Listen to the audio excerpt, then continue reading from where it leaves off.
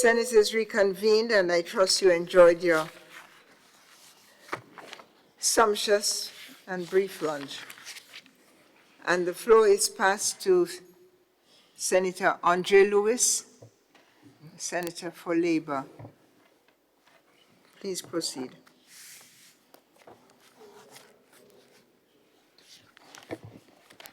Thank you very much, Madam President.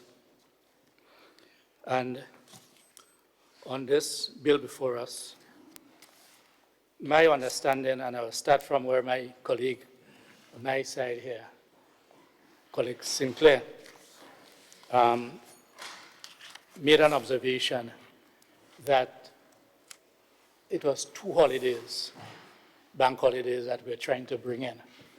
My understanding is that, just for correction, that's not the case, because I remember sometime last year, earlier this year, during the Carnival season, someone had checked me in relation to this, and my review had indicated that sometime last year or so, that Carnival Tuesday, which traditionally was a half bank holiday, was made a full holiday. So my reading of the bill before us is that what we are seeking to do is to include a new bank holiday and not to make Carnival Tuesday bank holiday, because it's already a bank holiday. That's my understanding. If I just double check. Okay, thanks, yeah. Just for the record's sake. I wish to start by, it would be redundant because whatever I say is public, but to say publicly, applaud the government and thank the government for taking the step to recognize October 19th as a public holiday. Yes? So hear me. October 19th as a public holiday, in my view, my contribution will be different from declaring October 19th National Heroes Day. I want to make that separation.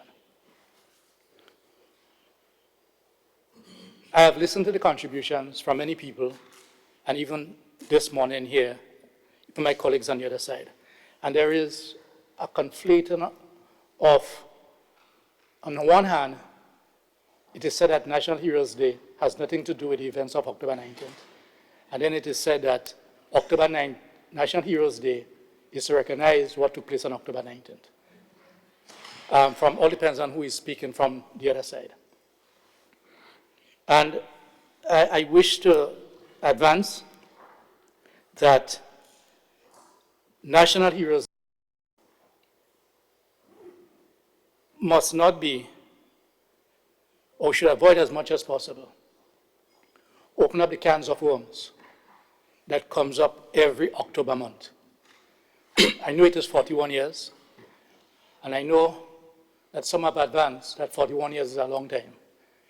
But if we look at Northern Ireland, even if we look at South Africa, although they had more public processes to address some of the issues of their history, it is obvious, certainly from my end, and I know from others' end, that there are certain events in their history that once it comes up, even 100 years after, right, even in the case of the Middle East, things that have been fought 1,000 years after, it is spoken about as though it has happened only today. And do we want that when we are observing our heroes, whoever they may be, and we must have heroes to be recognized? So I have no difficulty with the two issues. The issues I have is by putting both of them together. I want to be able, for when we recognize our heroes, yes, there might be some people who may say, well, look, this person probably did not rise to the level of being a hero. But it must not be marred in the emotions and the controversies that October 19th was. And whichever side of the fence that you fall, the emotions are raw. The emotions are raw. And my colleague, one of my colleagues, or two on the other side, asked what is a neutral day. Well, certainly, a neutral day cannot be October 19th because of the emotions that it evokes.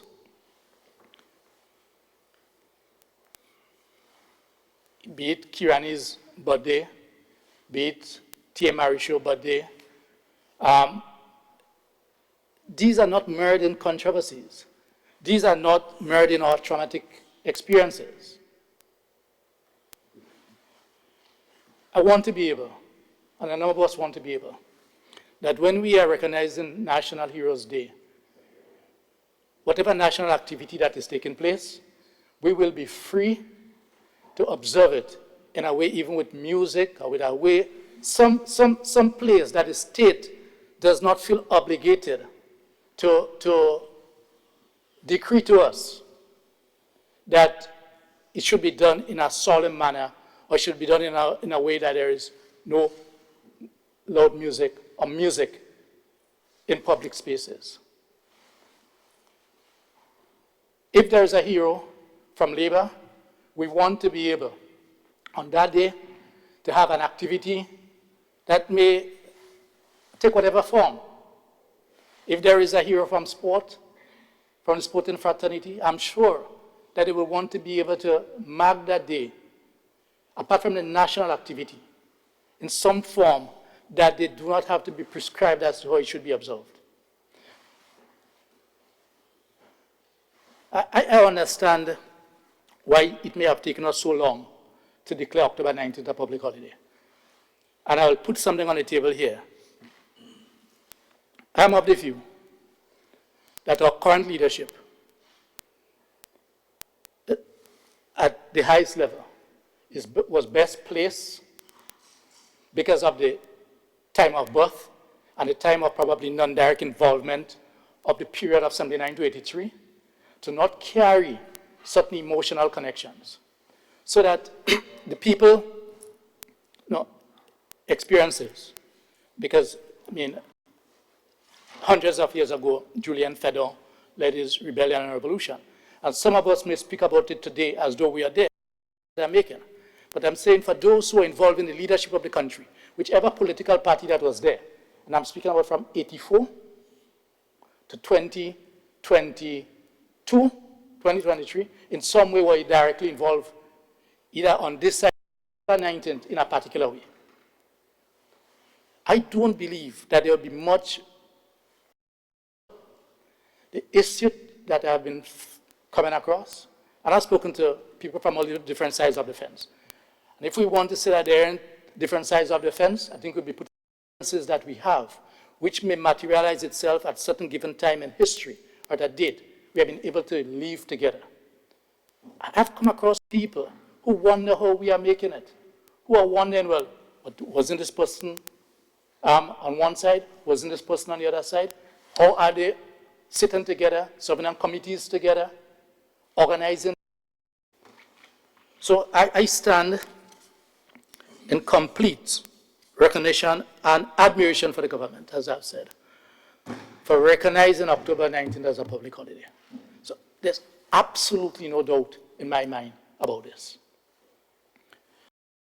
Especially family members on different sides of the fence, because people died on either side of the fence. People died on either side of the fence. It all depends on where you sit. I'm speaking about the people who are directly impacted. And I've spoken to some of them even up to this morning because I want to, it's not about me. It's not just about you. It's not about, okay, because we're in the Senate or in Parliament, we can just come and pass a bill into law. And I don't think it should be just because we sit in the halls of government that we figure out this is the right way and this is what should be done. There are some things you need to do that. Totally agree with that because you are elected to make certain decisions. But we cannot deny that October 19th is not one of your regular days. Do we wish the month of October? I have seen colleagues, I've seen comrades, I've seen friends that once October comes, who are intellectually and academically advanced, who can sit and dissect impassionately history, who can sit and dissect events from near and far. However, when it comes to October, you wonder sometimes where some of these reasonings, how it interplays. If it is the wish of the government to add fuel to this fire, then so be it. I don't believe that's your wish. I don't believe that's your wish. I believe that your wish is to have October 19th as a public holiday, to recognize the day and to allow people in their own way to recognize it. And the state can be involved. I believe it is also your wish, correctly so, to have national heroes and to have a time for that. Could it be separated? Yes. Could it be separated? Yes. And I think that it ought to have been separated. So that when we all attend a national meeting, arguing things that have had that traumatic impact upon us, it's enough for you to let go. Each person let go in their own time. Each person let go in their own time. If it was possible for the state to argue, for the other side to argue, because they are the presenters of the bill, to argue that Heroes Day, National Heroes Day, has nothing to do with October 19th, then that would have been fine. But it's totally impossible in the Grenadian context, and I dare say within the regional context, and even internationally, for colleagues and comrades and others who are ardent followers of the process 79 to 83, to on one hand, once the events of 83 comes up, it evokes the passions and emotions that it will evoke. And yes, there are people with different objectives, and that's okay. But we have a responsibility to take an approach, if we agree, as to that. I heard my colleague in his opening spoke about certain roles that he played that day, and I mean up to a point, and it speaks to the fact that it is only 40 years ago, 41 years ago, and there'll be different views. There'll be different views. It is my ardent wish to you, Madam President, that as we seek to observe a national hero, it is my wish that as we do National Heroes Day, that we give an opportunity to those who have gone before us, or those who may come, or those who are among us, that when the day has been celebrated or observed, it is done with as little controversy as possible. Allow the controversy to be as to whether or not that person deserves it. And I do not believe, I have confidence in us, that there might be more controversy as to who may be excluded rather than who is included. Because the pie is big. The pie is big. And give us and the people who have been directly impacted the opportunity on October 19th to not have to be, sharing is not the right word, but I'm going to use it because I can't come up with a better word at the moment, but I'm hoping that my intention will be understood. Not share with positive emotions, because our heroes will be viewed with positive emotions. I'm expecting. Yes? Because emotion is also emotional, not viewed positive emotion. That they went to them.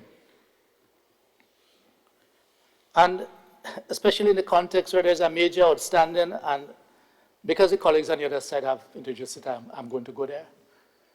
I wish to place here and identify with the call, to call on the powers that be.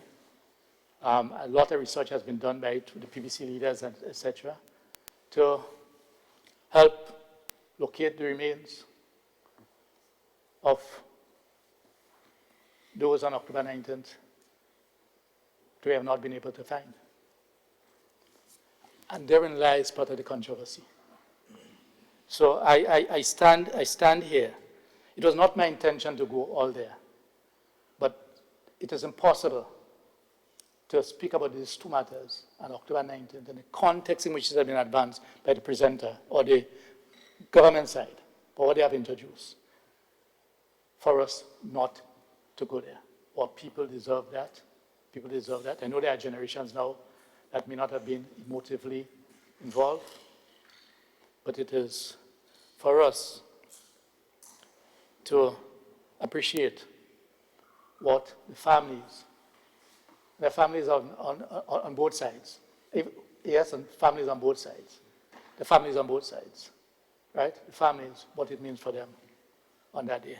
So, Madam President, I wish to end by recognizing and applauding the government for finally declaring October 19th as a public holiday. But I do not wish to support, or I do not support, the twinning of October 19th with National Heroes Day. Thank you very much, Madam President. Thank you, Senator. Thank you for your clarity.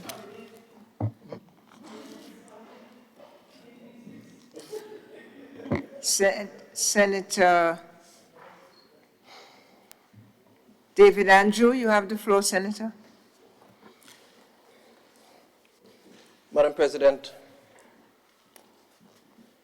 I rise in full support of the motion, of the bill, as presented by the Leader of Government Business. Before I substantiate my support for this bill, even as we begin to discuss the matters surrounding October 19th, I want to express, again, condolences to the families that lost loved ones on either side of that day in history. The very fact that we are discussing and talking about how traumatized people feel is evidence of the real pain that obviously still exists. And so, as a current member of the cabinet, not because I had anything to do with it, but I express deepest condolences to the loved ones, the surviving relatives of all who perished, from the former wife of the former Prime Minister, to other local Grenadians who died, whether in service as ex-PRAs or those who died as former ministers. I express condolences again to the family. This government is committed to working with you and working with all stakeholders to unite our people around what is obviously and undeniably shared history that we cannot get away from. Madam President, one member asked about the underpinning behind October 19th. And for me, that's clear. The underpinning behind the selection of October 19th is the preservation of Grenadian history. You see, colleagues, there will come a time when people younger than myself will not even know that there was a day, October 19th, if we don't take certain key actions. You see, Bible history, for instance, Madam President, tells us that there was a time when Joseph ended up in Egypt. He became king and saved his people, and he was good friends with the Pharaoh and all of that. And then eventually there came generations after that did not know Joseph nor his people. Amen. And so they didn't understand the significance that Joseph played for the survival of Egypt as a nation. And when I think of this, I think that we are on the verge, if we don't do what we are proceeding to do, of making that same error. I'm not saying this lightheartedly, because you see, I appreciate, colleagues, Madam President, lots of people were hurt. And I'm hearing the emotions in people's submissions. And as a person trained in the sciences of human behavior, I acknowledge that. I appreciate it, and there is a place for it. And it's a shame that we have not allowed officially as a nation, an opportunity for genuine national ventilation on a matter that has so significantly hurt our people and our nation. And that's why a lot of this is coming up now, you know. Because for the first time in Grenadian history, we have tabled this matter seriously and put it on the national, legislative agenda and brought it forward. And so the emotions are coming up like if it happened yesterday. Yeah, exactly. But this, I assure you, Madam President, is part of the healing process that this country must go through, needs. You see, for 40-something years, 40, we kept it like if, well, it's just another day. It's too emotionally raw to deal with it. Let's leave it aside. Let's forget it. Let's pretend it didn't happen. Let's go to work as usual. Let's have school on the day as normal. But this government is prepared to take the bold decision to make this a matter of legislative decision. And that's why it's brought to this House. So that 2-3 generations down the road, every Grenadian will know that on October 19th, something significant happened. And ladies and gentlemen, colleagues, there are 2 issues here. Why October 19th, and do we need Heroes Day?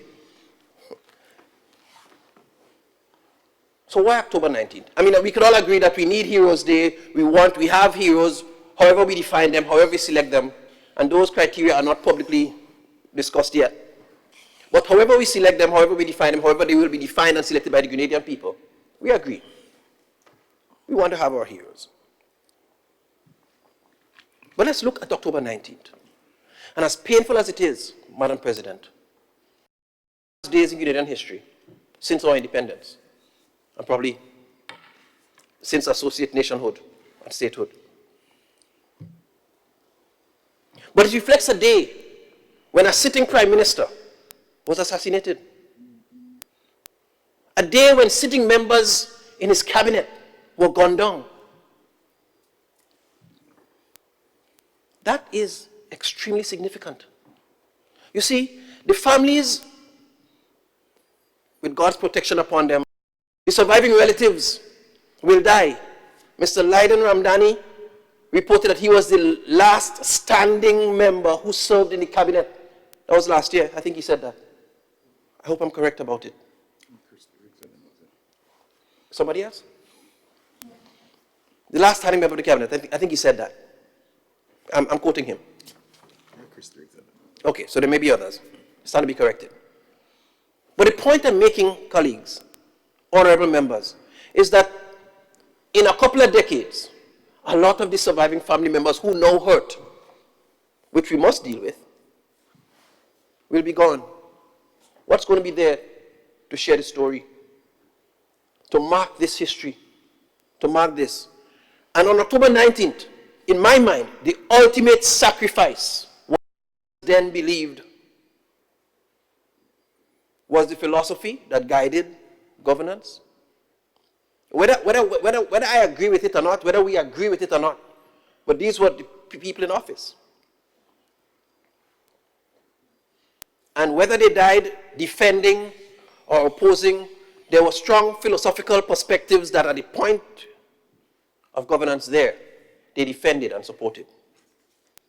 And to give a life up is as ultimate a heroic sacrifice as can be made.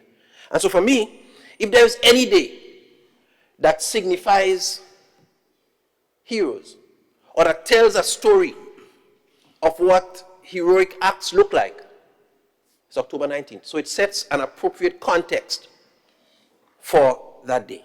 Now, I can appreciate that there is the dilemma that some people present, Madam President, that while heroes can be of any description, this seems to be pegged to a day, a tragic day, that we want to keep in a very solemn way. But yet, we might have eventually people like Kirani, and some of the, Dr. Kirani, and some of the other known heroes or heroic figures. And how do we celebrate? Well, you tell me be somber, but we can't celebrate those people we want to jump about and scream about. But I see there are opportunities for that. Proper discussion could allow us to, there are several options, Madam President. We could name heroes on October 19th and honor them in independence.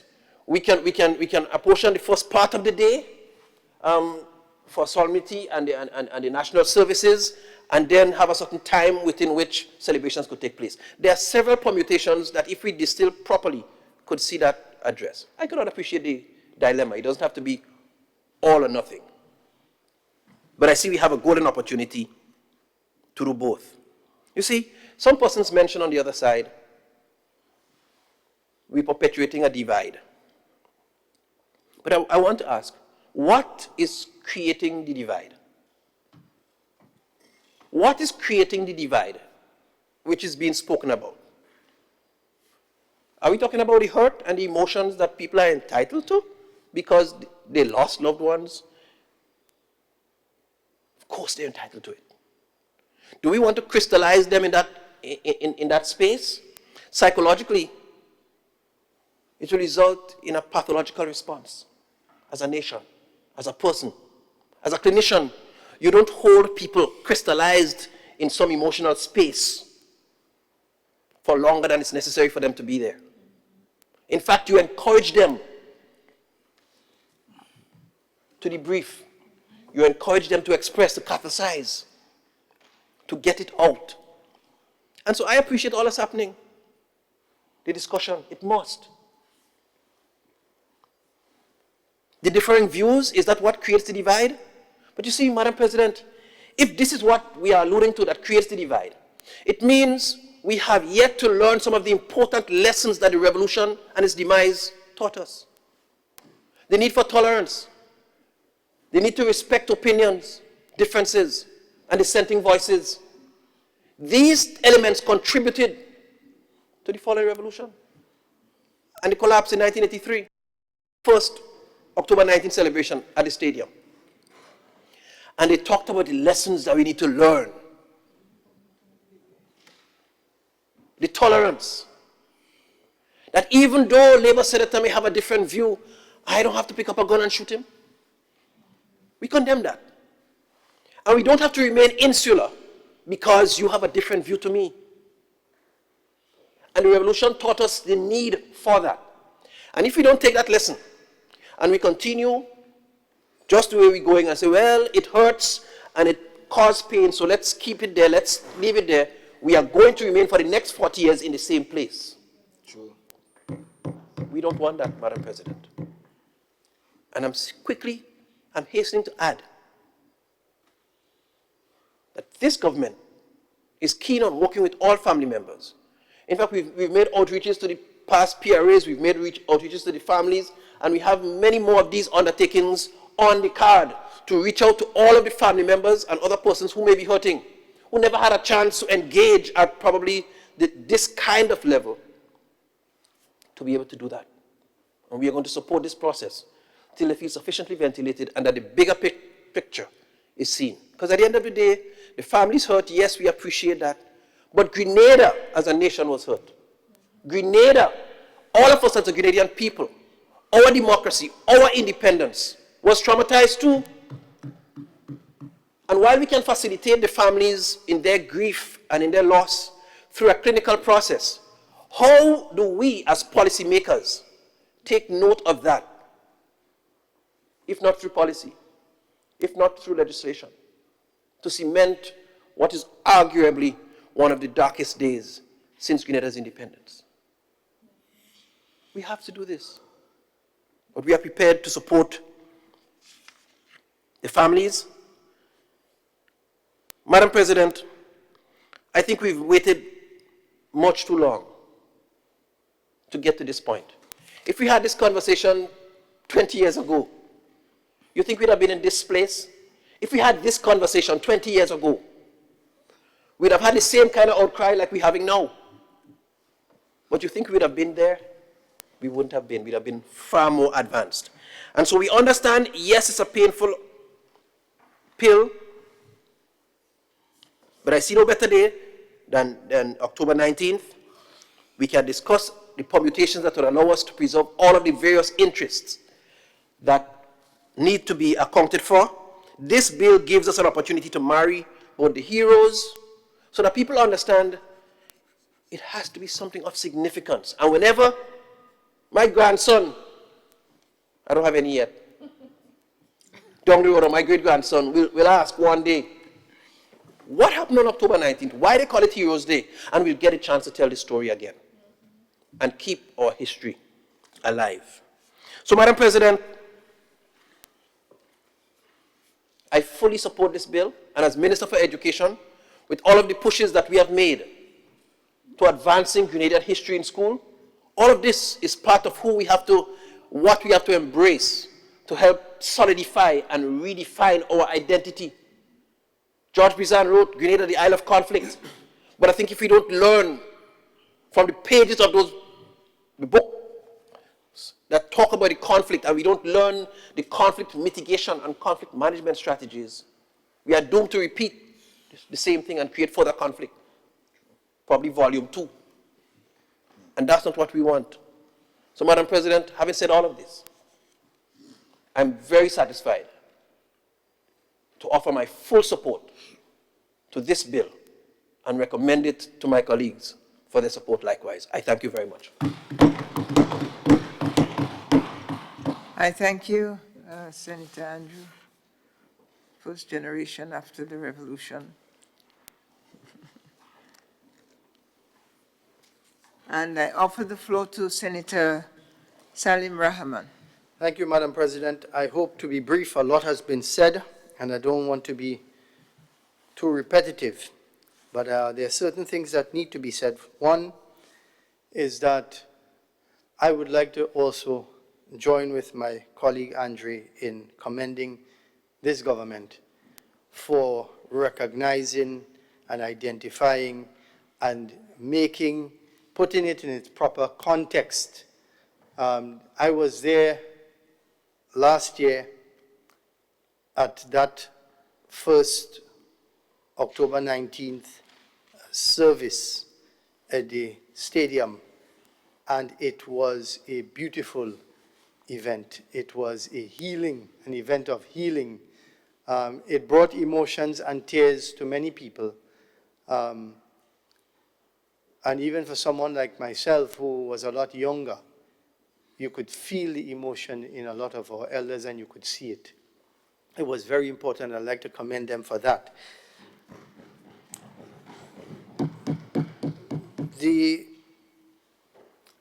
A day in Grenada where we have a solemn day, a day of reflection, is important for the health of our conscience as a people.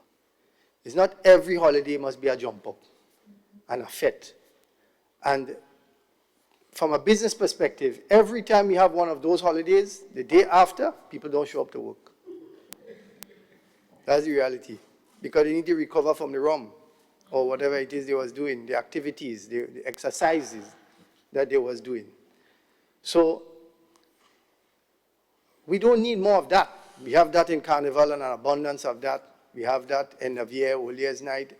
Anytime you look twice, that's what we have. You don't need to give a Caribbean person an excuse to have a fete. So we need a day when people will reflect on the past, when our children and our grandchildren will reflect upon what happened. And I understand that there are certain heroes that you want to celebrate, and I understand that conflict. But this is something that I shared with my colleague, Senator Andrew, about Independence Day, my thought on Independence Day. Independence Day is a day to celebrate our democracy.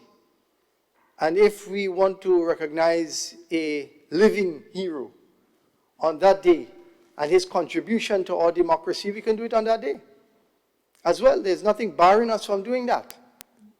But we need to have a day when we reflect. And perhaps I would give a suggestion to this government that perhaps Heroes Day needs to be reserved for Grenadian heroes who have passed on.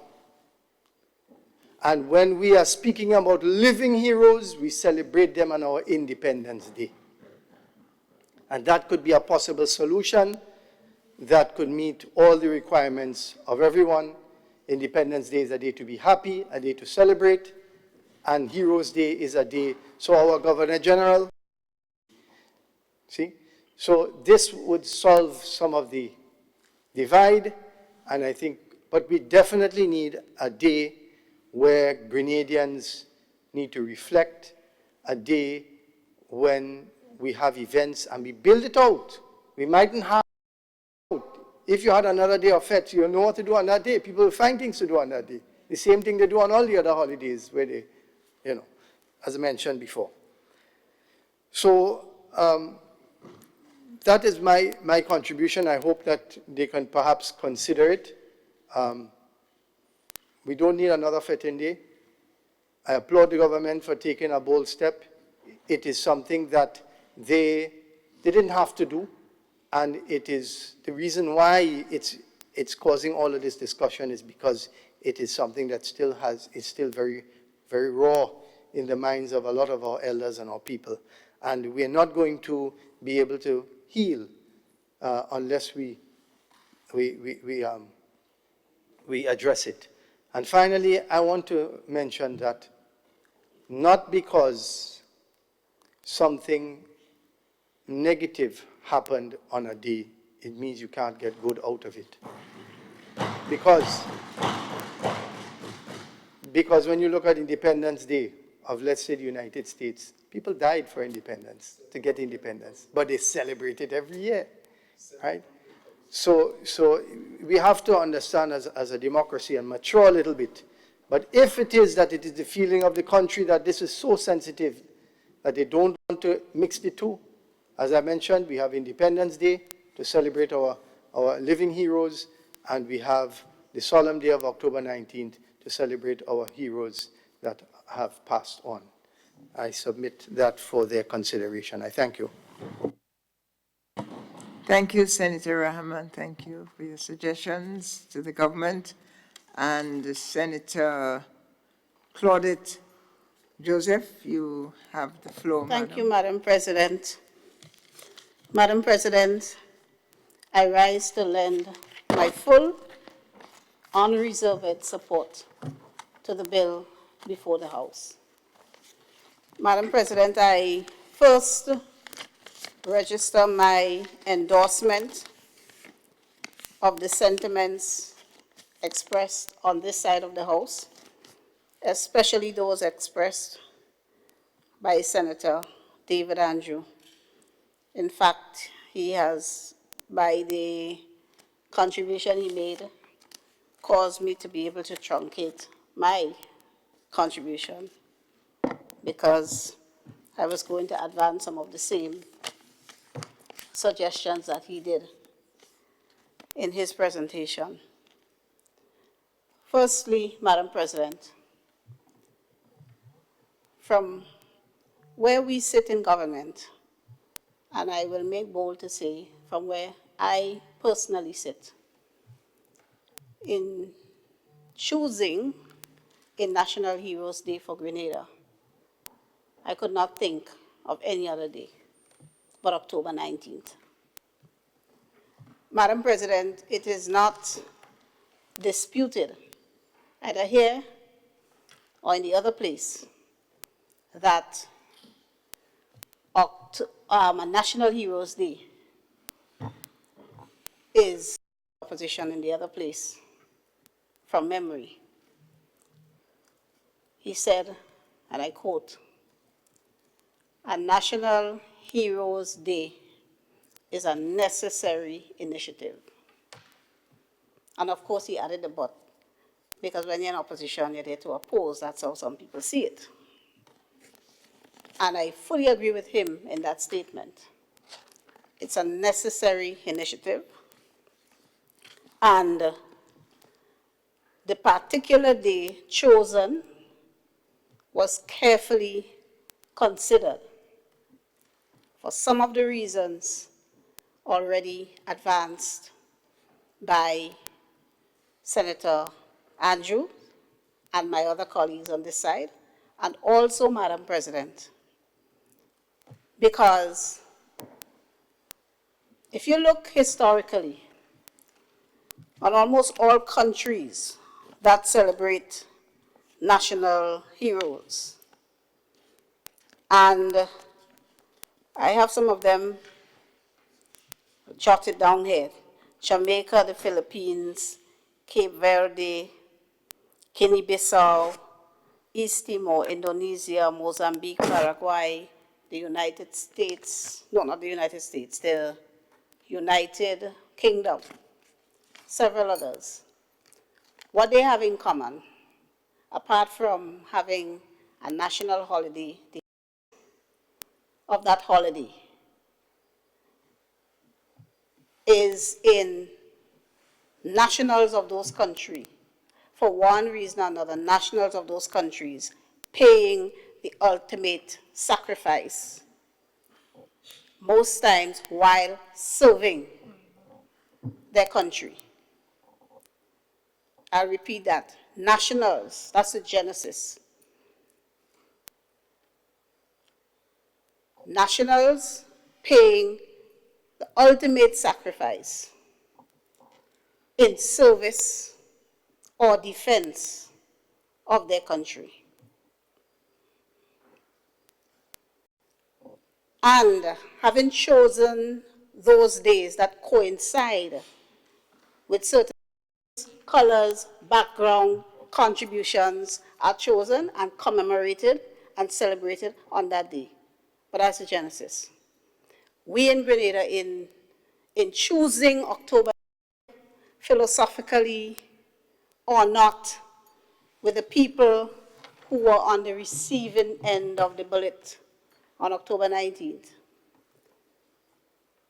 we cannot deny the fact that they died because they were in service of Grenada.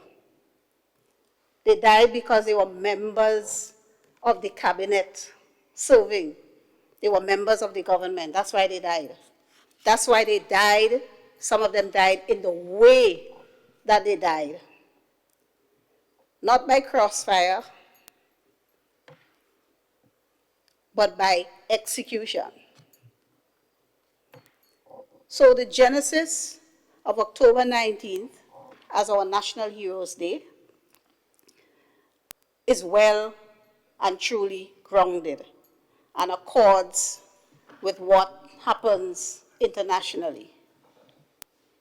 The other thing, Madam President, is this.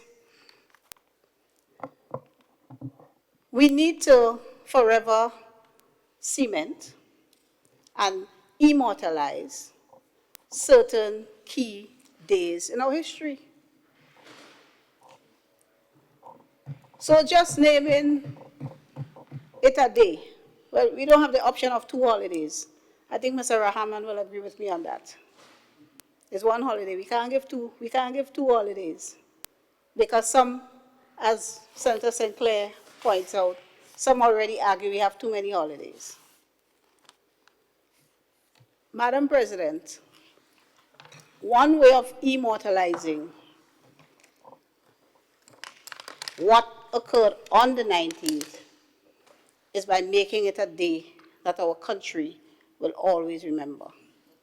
Even as we celebrate heroes who have performed heroic acts and are recognized for other types, sports, culture, literature, arts, whatever, when a child 100 years from now asks their parent, why is today a holiday? And why was today chosen as National Heroes Day?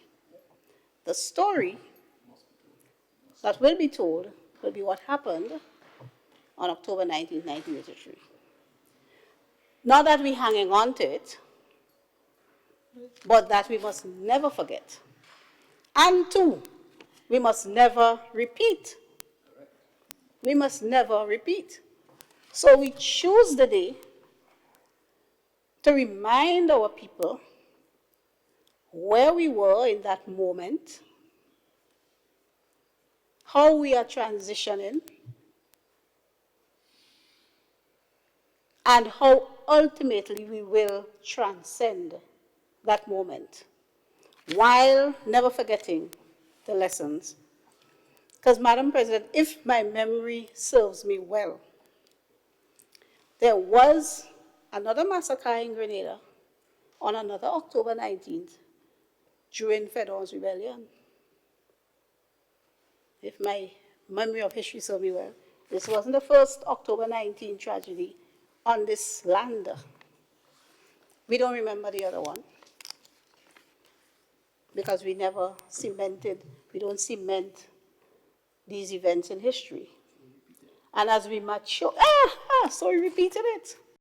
October 19, a similar event happened in the Market Square during the Federal Rebellion, where the leaders were killed. So we must know that we must never go back. And by marking that day to commemorate our persons, some of whom would have paid the ultimate sacrifice, some of whom would have brought us glory by their accomplishments, their feats, we also are reminding present and future generations, never again. That's what we're doing.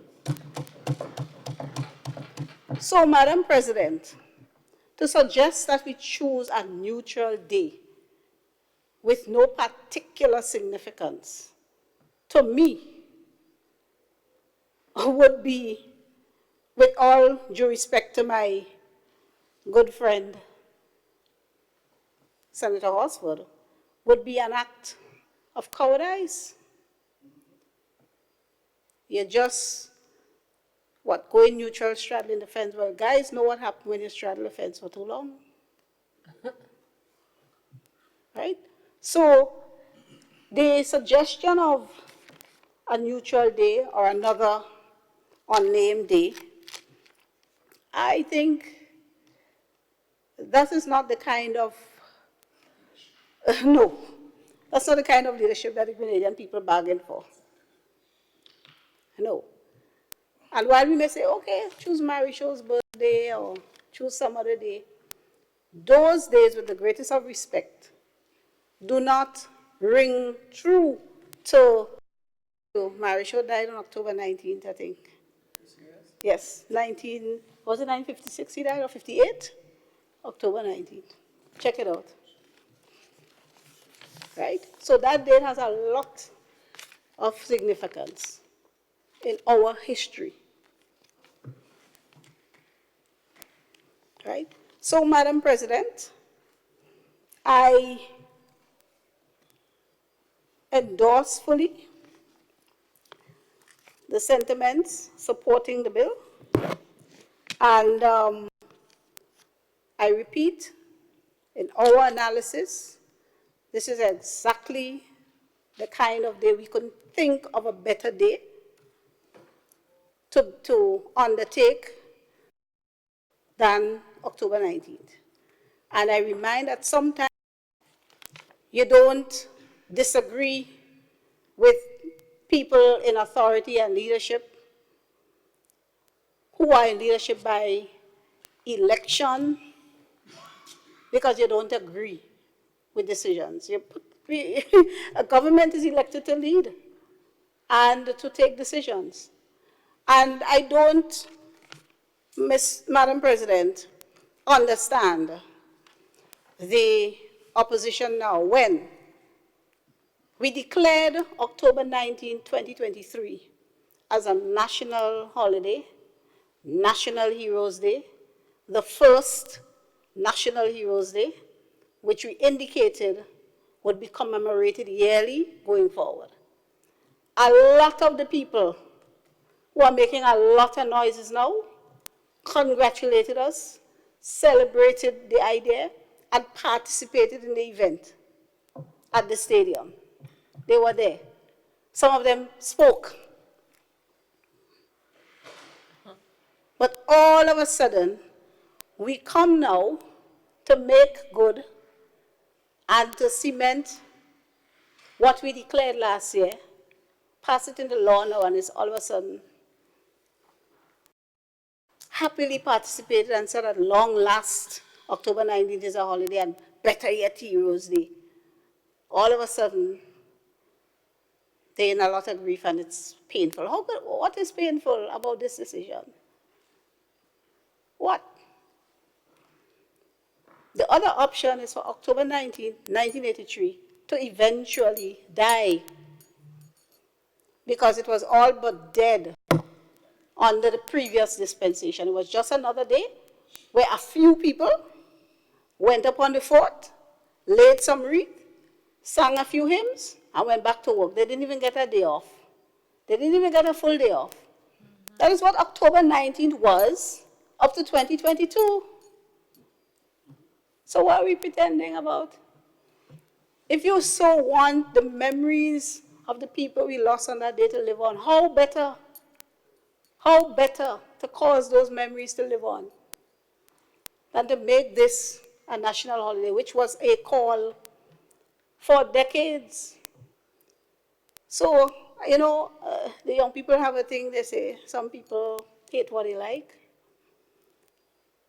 So, Madam President, we are satisfied that once more we are doing right by the people of Grenada, that we could not choose a better day to commemorate our heroes, past and future. And I just make the point, it is not just about October 19th, and it's not contradictory. The holiday is not going to be just about October 19th going forward, because you have tradition, you conform first of all, you acknowledge what has happened, and then you transcend. So it's not about October 19th only. We have not declared any heroes. The administration has made it clear, and the Prime Minister so did in his address on October 19th in Progress Park. And he indicated that there will be a process which would involve extensive consultations in determining who our first declared heroes will be.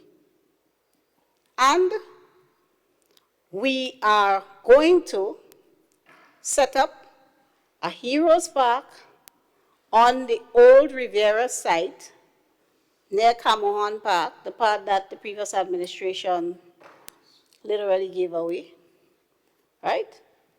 We have again acquired that property for the people of Grenada, and there we will erect a Heroes Park. So it's not just about the day. We are serious. So our children, and even some of the not so young, will actually have images of who our Grenadians. And so it's a package, Madam President, which we are very pleased to give to the Grenadian people. And we know when all is said and done, when all the emotions have abated, the people of Grenada will celebrate and be pleased with this decision of their government. Thank you, Madam President. I thank the Senator, Attorney General, historian. I believe the Leader of Government Business has requested the floor. You have the floor, Senator. Thank you very much, Madam President. And after this debate, if you were in the classroom, I guess my colleagues would have done so well. I think by now the entire population is convinced that we have made the right decision. But Madam President, let me thank everybody for their contribution to this valuable debate. I think it is necessary.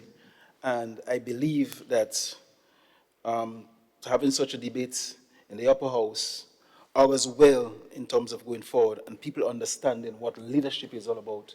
When the tough decision has to be made, it must be made. Yeah. Madam President, I just want to say a few words on the whole question of unity. One of the main objective of this administration in designating October the 19th as National Heroes Day is the whole question of unity. Contrary to what Senator Dr. Mariana Charles was saying in terms of this, our action would not create a high level of unity among our people. I didn't see any evidence presented to really substantiate what was being said. But having said that, I asked the question, why are we still holding on after 40 years to something that created division in our society? After 40 years, Madam President, people are still making the point. This one did wrong to this one, and that one did wrong to this one, and I'm not talking to this one. Madam, spent 25 plus years in prison because of this activity. They are out of prison and well integrated into our society. There are people, Madam President, who for 40 years would not come together and sit down as man and woman and discuss issues. At the same time, children of those who died are integrating and marrying some of the people, our relatives, to those that were accused of killing the others. Madam President, the objective, when this administration took the decision to produce the $50 note with Eric Matageri on one side and Morris Bishop on the other side, to me, the general public gave the government a round of applause. Something if I thought about 20 years ago, I would not have accepted. But this is the kind of unity that we want to develop among our nation. Madam President. Madam President, you know, October the 25th was declared a public holiday, and we name it Thanksgiving. There was no debate, no question was asked, why is October the 25th? Could have been any other day, but why was the day, October the 25th, selected? When on that particular day, Grenadians lost their lives fighting. And don't get vexed with people for fighting on October, fighting in that war. Because many people would have believed and convinced that they were fighting to defend the country. Mm-hmm. And those who died in battle, Madam President, they have relatives too. So when October the 25th comes, and we jump in about and fetting, those parents and grandparents who lost their young sons and daughters in the 20s is grieving. We make no noise about that. We don't demonstrate about that. But we are here, after 40 years, talking about, let me make that point, it's very important. Very important. Because while some people want to make us believe that conflict never existed anywhere else, the Grenadian people know much better than that. I sit here. I sat in Grenada. I've never left Grenada for 40 years. And I see what infighting costs the NDC. They were out of office. And the Grenadian people didn't forgive and glory to others. Madam President, it's the infighting that caused that. And we must rise above that. We cannot hold on to that for 40 years, Madam President. And this administration will continue to bridge gaps. Years during the revolution, and all the glorious days we talk about during the revolution must be credited to the NJM, the New Jewel Movement. But hasten to say that the demise of the revolution must be blamed on the NJM at the same time. So difference is, it's conflict, and we must resolve issues. I'm good friends with people on both sides. And it's a beauty to see how we come together at times, Madam President. Madam President, all actors on that day meant well for the country. Errors, don't be afraid to make mistakes. Mistakes are very expensive. Some of us make mistakes and we cannot even recover from it. Several attempts was made to resolve those matters. We had Truth and Reconciliation. But after 40 years, some people still talking about this side and that side. Time for it to come together as one nation. And that is exactly what we are doing with October the 19th, Madam President.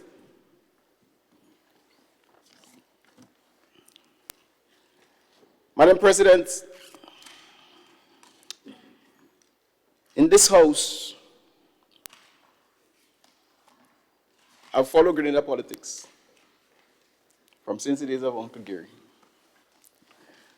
And thereafter, invasion, election, democratic rule. This administration is the only administration, the only political organization that has taken this step for the state to be part and parcel of uniting the people. Everybody else ducking. They're ducking. They do not want to deal with the matter. And we're going to go further than that, Madam President. Because there comes a time when you must recognize your own people as a nation. You must recognize your own people. And there will be more news and there will be more debate in this House. But the National Democratic Congress will go forward with anything to make sure that the people of Grenada, Carriacou, and Petite Martinique are properly and well united, Madam President. Madam President, on that particular day, October the 19th, we were not executing rapists or thieves or criminals. They're not the people that died in this country. We know that. The people who died in this country were sons and daughters that we embraced. I've never seen a bigger crowd assembly in Grenada than on that particular day. And that tells something. And if we cannot recognize that day, what will we recognize? Think about Julian Fellow, T.A. Marichaud, Uriah's Boss Butler, Kirani James. We speak about a lot of people, Junior Murray. But that day is very significant. Very, very significant. And when you go and when you leave Grenada and travel, Madam President, people talk about those days. And it does not always bring sadness to you. It all depends on how cynical you are, how negative you are, how positive you are. You could be very proud of it. All depends on how you look at it. And this administration is very positive. And out of what came out of it, Madam President, we will make something positive by uniting the people of Grenada, Carriacou, and Petite Martinique. The sacrifice that these people make, the sons and daughters, must be acknowledged and must be recognized. And so, Madam President, I stand here well associated with this bill. I stand here, Madam President, proud of it, and I will stand and defend it, come with me. And so, Madam President, I really and truly submit this very important bill for the approval by this honorable House. I thank you. I thank you, Senator. Honorable Adrian Thomas. Honorable House, you have now heard the closing statement following the debate, and the question is now placed before you. And the question is that the bill be read a second time. All those who are of that opinion say aye. The contrary opinion say no. I think the ayes have it. The bill for an act shortly entitled Bank Holidays Amendment Bill 2024.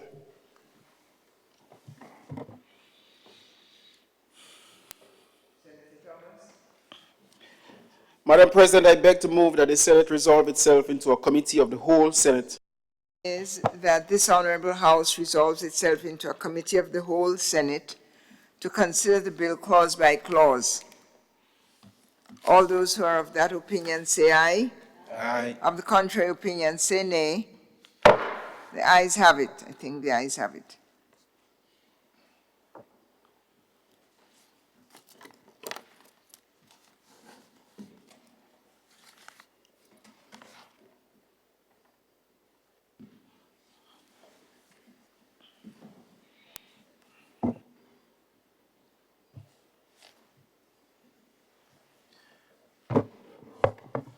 Clause 2, amendment of Schedule to Principal Act.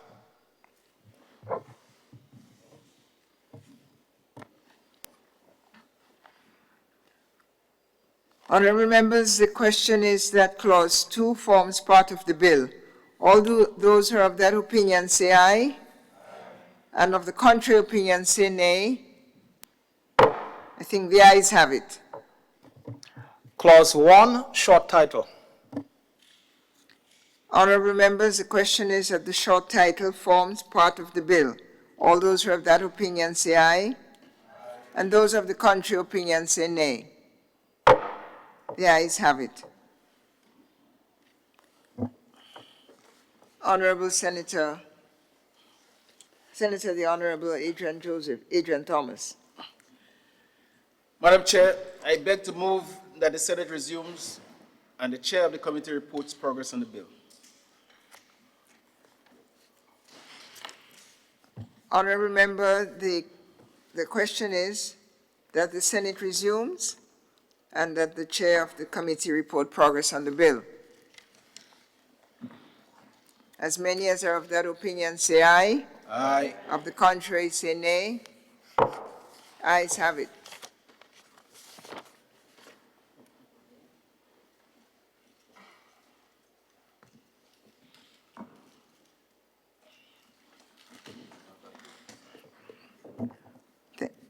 Thank you.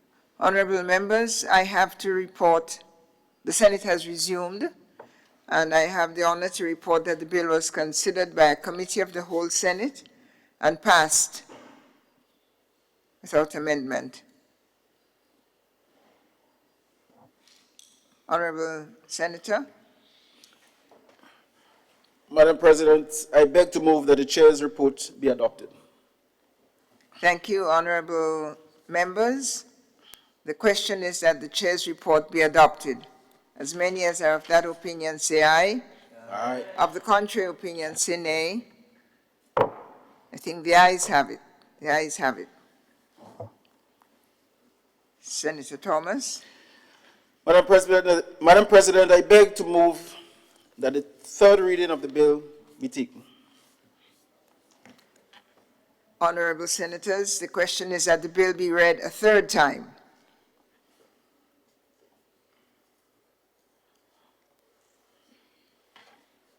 Therefore, senators, I present that the question is that the bill be read a third time and passed. As many as are of that opinion say aye. Aye. Of the contrary say nay. The ayes have it.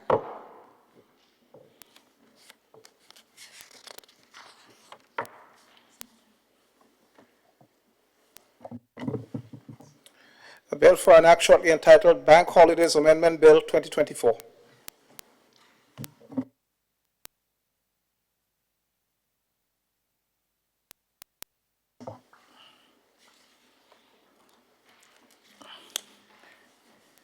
Madam President, I beg to introduce the first reading of a bill for an act shortly entitled Tax Administration Amendment Bill 2024.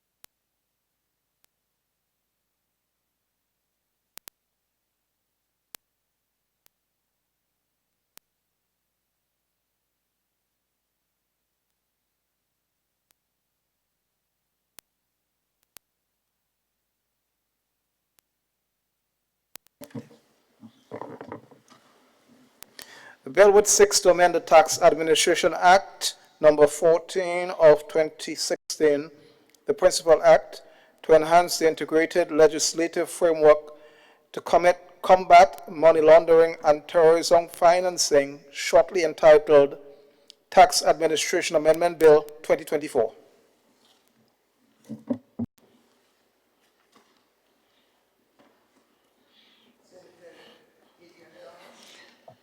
Madam President, I beg to move that the relevant standing orders of the Senate be suspended to enable the bill to be taken through all its stages at this sitting.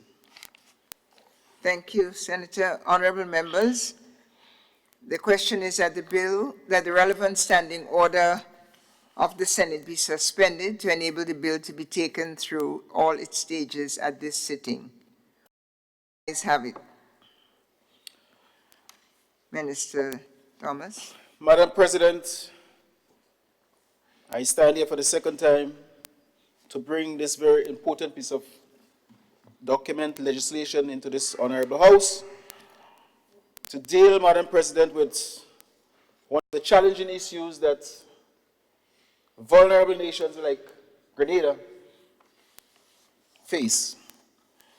Madam President, terrorism is a serious challenge, and therefore we are very obligated to make sure that we do everything possible to prevent such activities from happening, not only from affecting Grenada, but we do not want to get ourselves involved in the aiding and abetting of activities that will cause destruction to our nations and to other nations.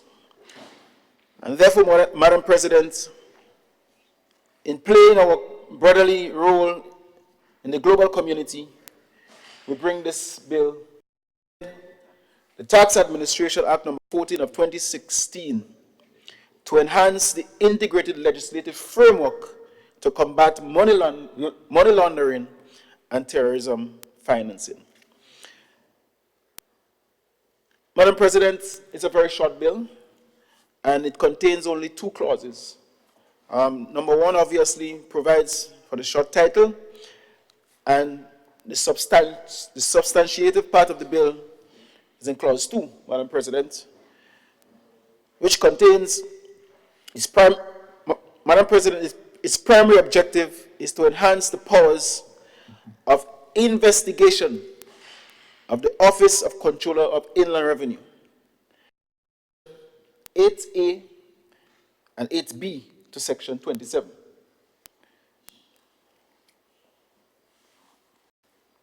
And it provides for an officer, being an officer so authorized by the Comptroller of Inland Revenue, to conduct an investigation if the authorized officer has reasonable grounds, Madam President, for suspecting that information provided to the Comptroller may be incomplete or inaccurate.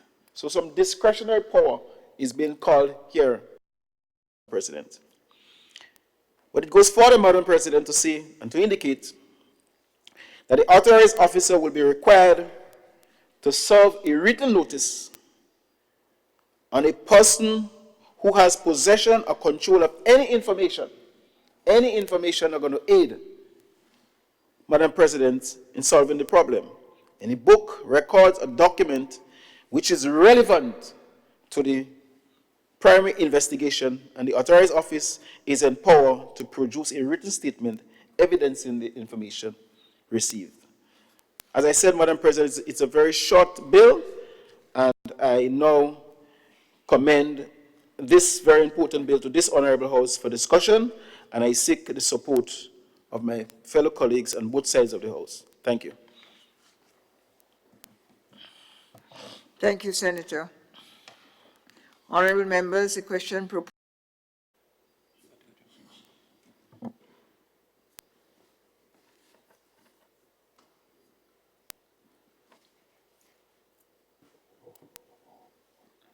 Senator Rahman. Thank you, Madam President. when I saw this intent to amend the act, this bill, I went to the act of 2016, to which it refers. Act number 14 of 2016. And it refers us to the section 27 of that principal act. And in reading this section of that principal act,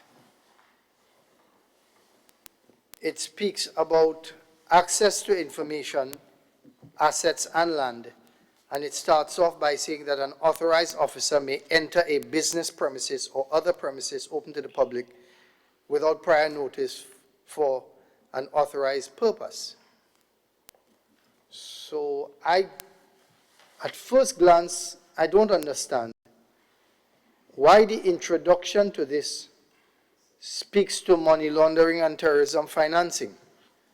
Because to me, that has to do with the other bills and not the tax administration. Because when you look at the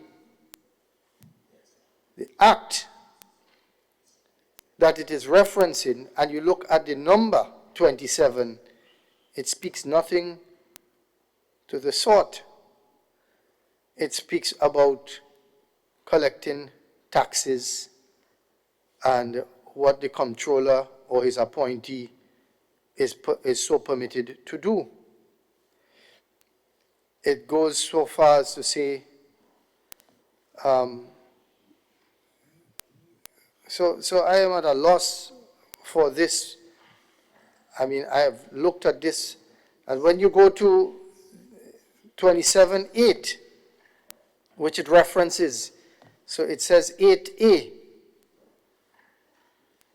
27.8 says if a person asserts privilege under the law over documents or other evidence which the comptroller wishes to seize, to examine, pursuant to this section, the materials over which privilege is claimed shall be deposited into envelopes which are then sealed, retained to the court of competent jurisdiction to determine whether the items in question are privileged. So I mean, are we talking about the same section 27 of that act? Because I'm getting this, my information is from laws.gov.gd. So I would like some clarity on that. But in any event, if it refers to this act, which it claims to refer to, my issue, I mean, government has a right to collect taxes, and so they have a right to pursue that collection according to the law and in a reasonable way. So A and B is fine. But C, where it says answer questions either at once or at such time and place as may be specified in the notice.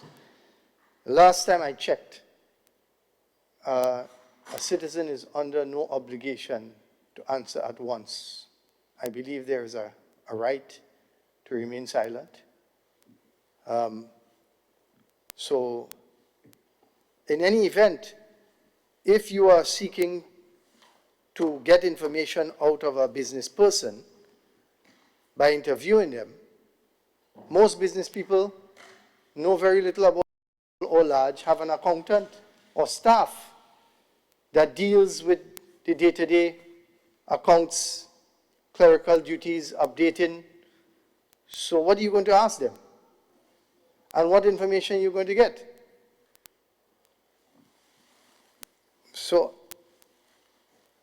whilst I agree, as I said, and I support, the government has the right to collect, you have to pay the nation's bills. They have to do so fairly and according to law. That last sentence, answer questions, I find that is, I don't find that is I don't see how that could be allowed. And another point is that, can you imagine, Madam President, if you have an officer assigned by the comptroller? Now we know that controllers at times are appointed by the government of the day, right, of IRD. And the comptroller may be sent, may tell an officer, go and do so and so and so for me. That officer could be working for 1 year in the department. Any authorized officer, so the controller empowers this person under the law. You're authorized to go and do that, go and check so and so. What if that person is a known opponent of government? There's a real opportunity there for victimization if you're going to approach a person and interview them and ask them questions on the spot. This act gives an allowance for officers to enter people's homes with permission since 2016, and not this has been approved since 2016, or with a magistrate's order, right? That's what the act says, if we're quoting from the same act. So I find it very, very heavy-handed. As a matter of fact, wording is very important, and while we support the government's equitable collection of taxes to run the country, we need to make sure that in the future, I'd like to suggest consultation between those who are preparing the wording and the business community, if it has to affect the business community. The Chamber of Commerce is an entity that's over 100 years old. So we have people in there and in the business community that have, good experience, and we would like to be consulted on things as important as this. We understand it's not possible for everything to consult on everything, and the government does consult, like it with minimum wage and so on. But I would like to suggest that you either remove that line, point C, pending a proper explanation, or you reword it to read, the taxpayer or his appointee must answer questions at such future time and place, at such future time and place as may be specified in the notice. So instead of saying that you have to answer at once, you're saying that the taxpayer or his appointee, meaning the accountant or the accounting staff, must answer questions, because you have to satisfy the law, must answer questions as coming upon you in your premises and asking a set of questions that you have to answer now, and that sort of top-down way, which could lead to an abuse of power. So these are just some things that that I had to flag, because everything else seems fine. So I didn't know how that relates to terrorism and money laundering. I don't see that connection. It talks about collection and information and records and so on, and it's under tax, and the act that it references speaks to tax collection primarily. And so I would just like to submit that, as I said before, in closing, I would like to submit, and I repeat again, that you either remove line C pending a proper explanation, or you reword it to say that the taxpayer or his appointee must answer questions at such future time and place as may be specified in the notice. Therefore, you get what you want, but you're not going in people's place and demanding that they give you information now. I thank you. I thank you, Senator Rahman. Perhaps we can have some other comments on that point in particular before there's a response to the request for an amendment. Is there any other response or suggestions on that point? All right.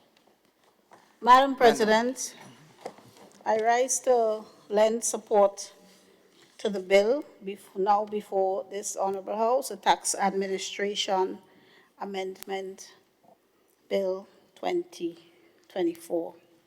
Madam President, this bill and the Terrorism Act,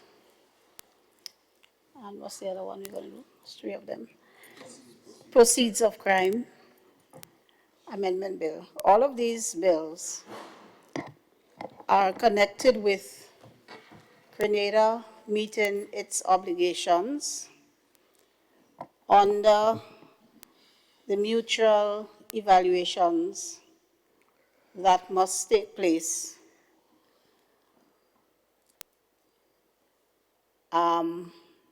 Grenada being a member of the Caribbean Financial Action Task Force, and as a member of the CFATF, as it is shortened at times,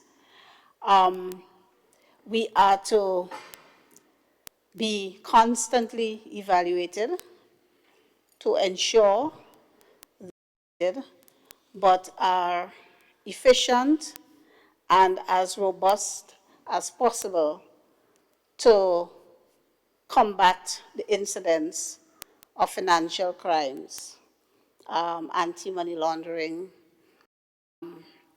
and of course, these crimes are connected with all matters financial, including the administration of the tax regime in the respective jurisdictions.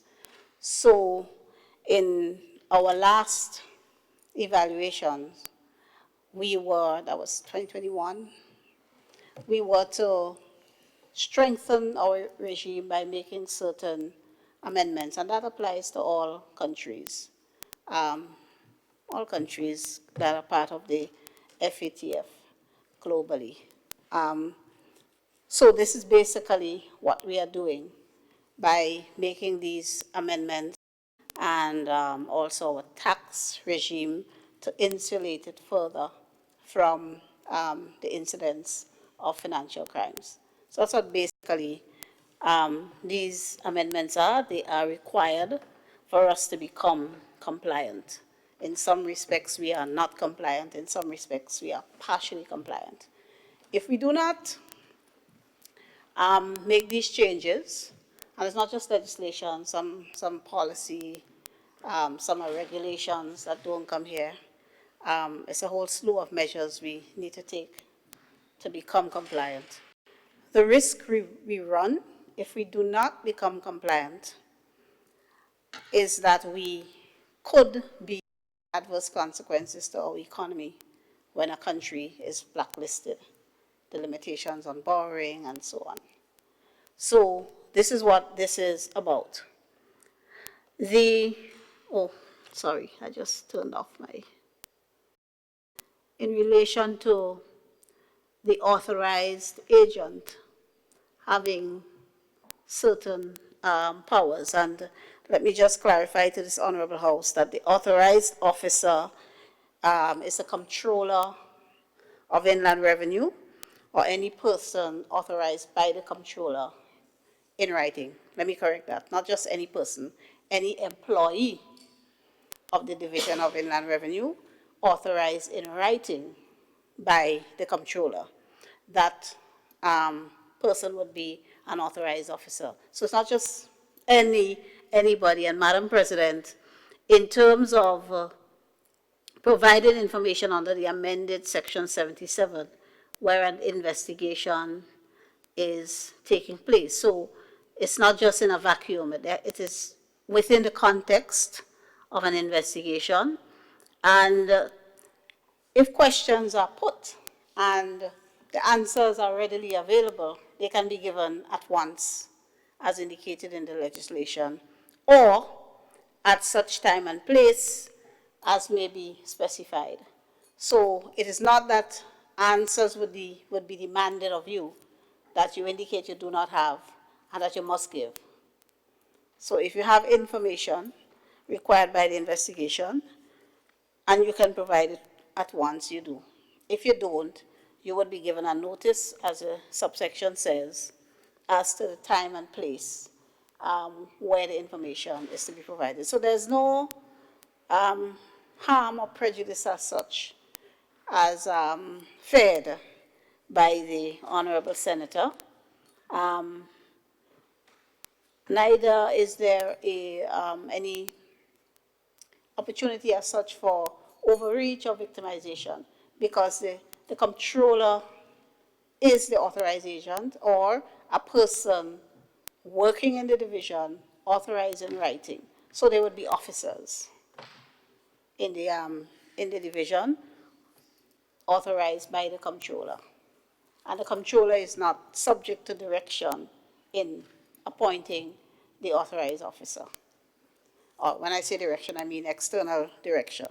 So, Madam President, we are under our international obligations as members of CFATF and the wider FATF family to come into compliance and be in a position where we have good rating, which would augur well for our economy and our ability to do business out there as a nation. Thank you. Thank you, Senator Joseph.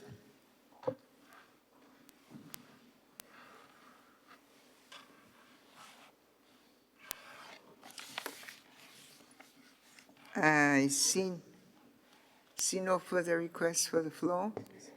Senator Rahman may want to respond. Is it Senator Rahman or Senator Lewis when he? Yes, When Madam you're ready, President. sir. Thank you.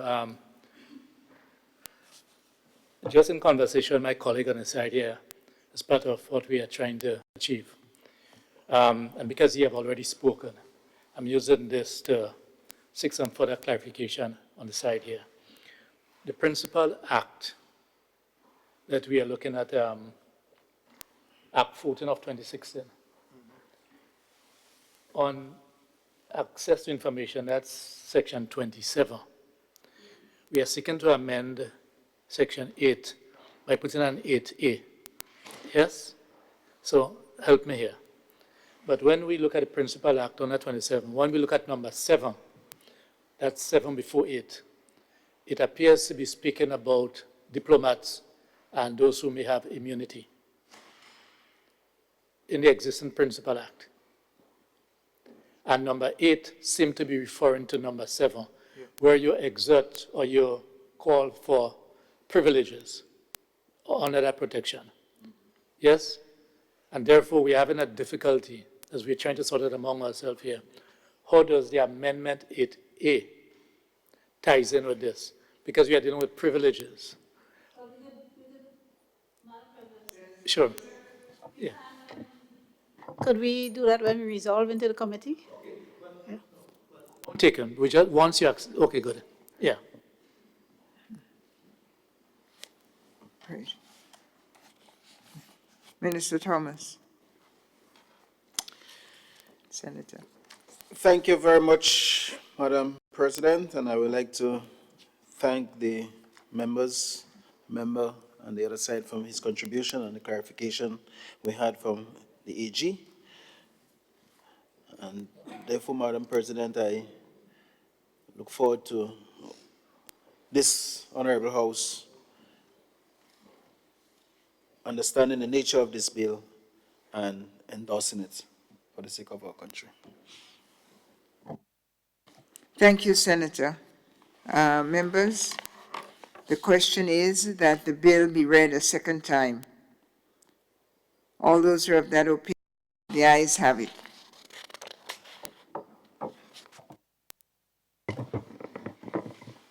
A bill for an act shortly entitled Terrorism Amendment Bill 2024.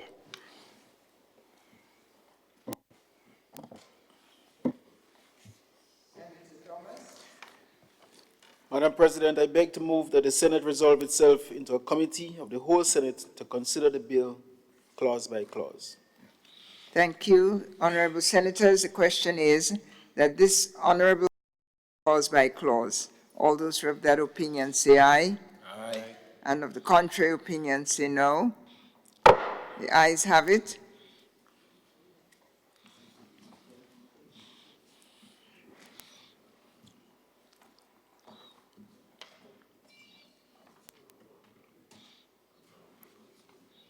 Senate of the whole.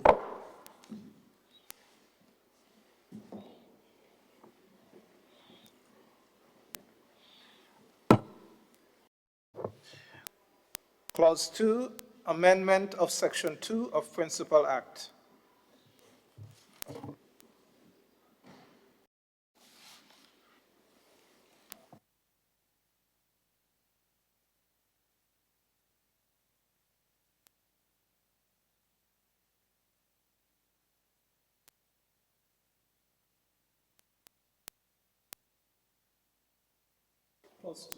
Clause 2. Yes, it's amendment of Section 27. Can you please read it again? Just read it again.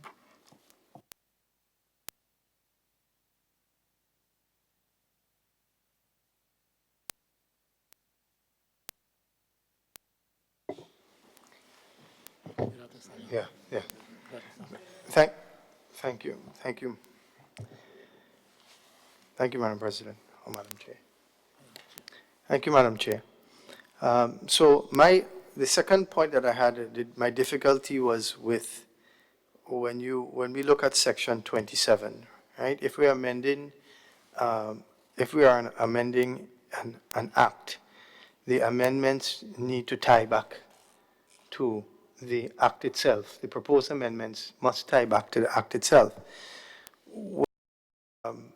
8A, if we go down to 8, there is an 8.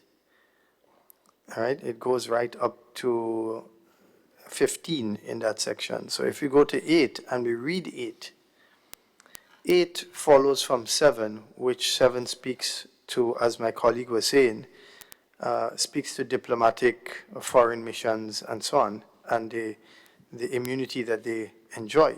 And 8 is speaking about privileges. If that person or a person asserts a privilege under the law over documents, right? So in other words, he doesn't, those documents are private and there's privilege, then the comptroller can still take them, but he has to get a court to give him the permission to review it.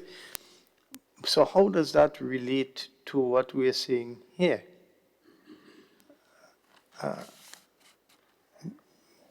does that, why did they choose to insert it in this section then?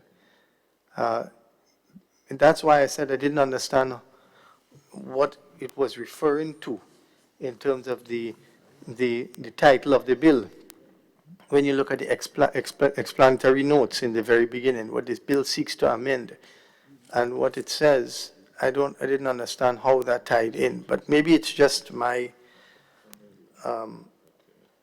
my reading of it that is not correct, and that's why I'm asking. Thank you, Senator. Senator Joseph. Thank you, Madam President. If I may attempt to assist. Section 27 of the Principal Act treats with access to information, assets, and land. And subsection 1 authorizes an authorized officer to enter business premises or other premises open to the public without prior notice for an authorized purpose. An authorized purpose may include an investigation. And then subsection 2 says that you may enter, the authorized officer may enter with the consent of the taxpayer or at the time and by any other place. And it sets out what the authorized officer may do in the succeeding sections.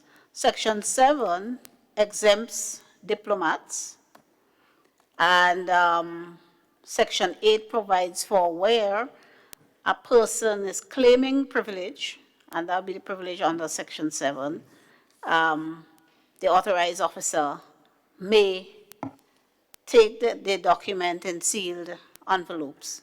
Now, 8A is not necessarily contingent or hinging on 8.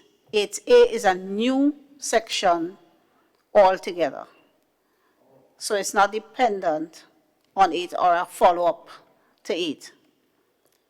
And it says notwithstanding anything above, notwithstanding the foregoing, so notwithstanding all of the matters prior, if the authorized officer has reasonable grounds for suspecting that the information provided is incomplete or inaccurate, so that would be the information provided pursuant to sections 2 to 7, because under 2 to 6, because under section 7 and 8, the person may claim privilege.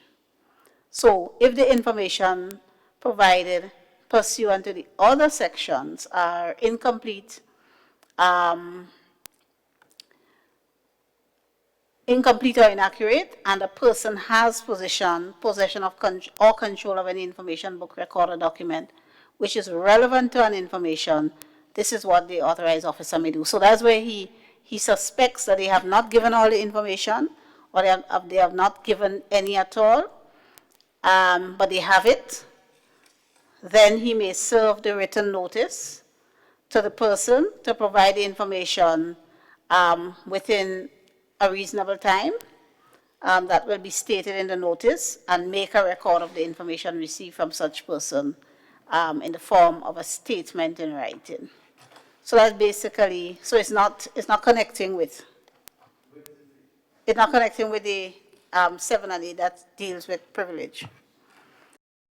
Yeah, it's a new section. So sometimes if you notice, sometimes when new sections are inserted in the legislation, they are numbered B, A, B, C, as opposed to inserting them as a new number 7, or in this case, a new number 9, which would have required all of the subsections now to be renumbered.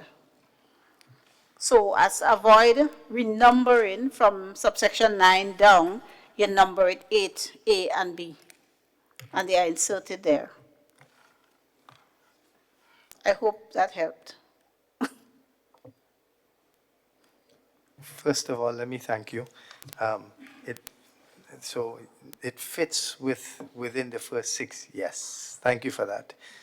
Because it doesn't fit on 7 and 8, and that's where this particular, proceeds from, when we go to another law, we will see that so many years there were so many changes. And if we are reading this, but we always referred back to the original act, because the amendment is just an addendum, if you will, or a change to the act, a subsection, a new subsection. The number for referencing, when you're reading the act and you're looking at the amendment, it must tie in. So when you're reading a number here, it must tie in there, and you continue reading. So it develops on the point, or from a point in the original act. So now I understand. But now I understand what Senator is saying. But what I don't understand is where it's placed. So, because the numbering, yeah. Oh, after 8. Okay. But it's related to 5 and 6. It's related to 1 to 6, not to 7 and 8. So you understand my confusion? Yes, I understand, brother. But what I'm trying to tell you is that it has no relation to 8 at whatsoever, nor 7, but it does have relation to 1 to 6. So it should have been a flow. And it has to make sense when you cross-reference. And that confused me, because I was wondering, what am I reading? Because it doesn't refer to terrorism.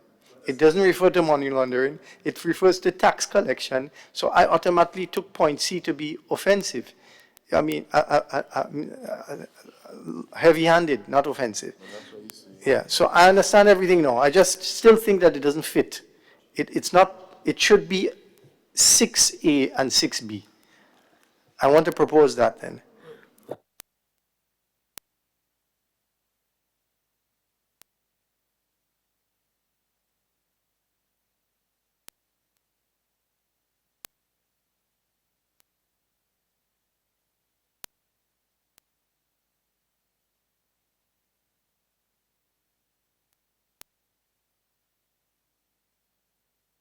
There is a proposal on the table, or? My proposal is just the numbering then, in that case. It's just to, because it is relative to .226, it should be 6A and 6B, and then that would flow, rather than it being 8A and 8B, because when you go to 8, it does not correlate at all. It's speaking about diplomats and people that are exempt. Well, you can't apply this if they're exempt, so it should flow. Madam Thank you. President, if I may, I wouldn't recommend that we change it because 8A starts off with the qualification without prejudice to the foregoing. So without prejudice to anything that comes before it, right? Where an authorized officer has reasonable grounds for suspecting that information provided to the comptroller, that obviously doesn't apply to 7, where the person claims, privilege. So it doesn't matter. It really wouldn't matter. And it is safer, so to speak, to put it at after 8, because remember, under 8, if they assert privilege under 7, but the comptroller still wishes to seize an exam, he still wants to see, so you say, I still want to see, I hear you are a diplomat, I hear you privilege, but I still want to see these documents. So he can do so under Section 8, right?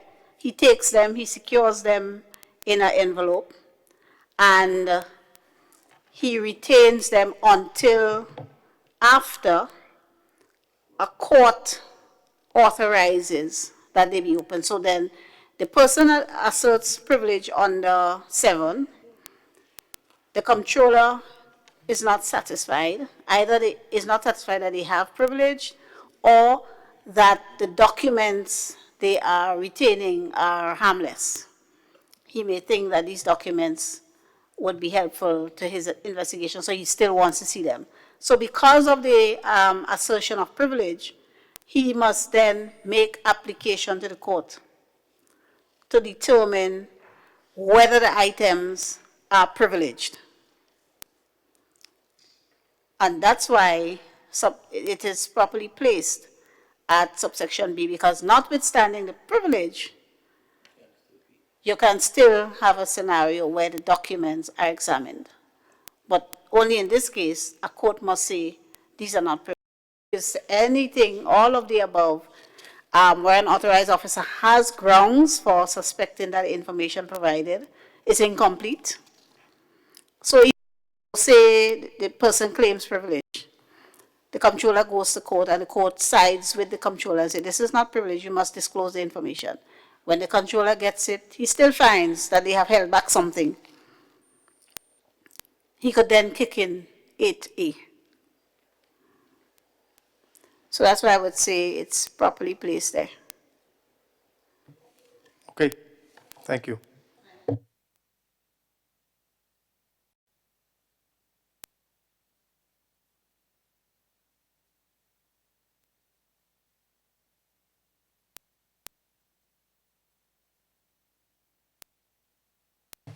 Madam Chair, I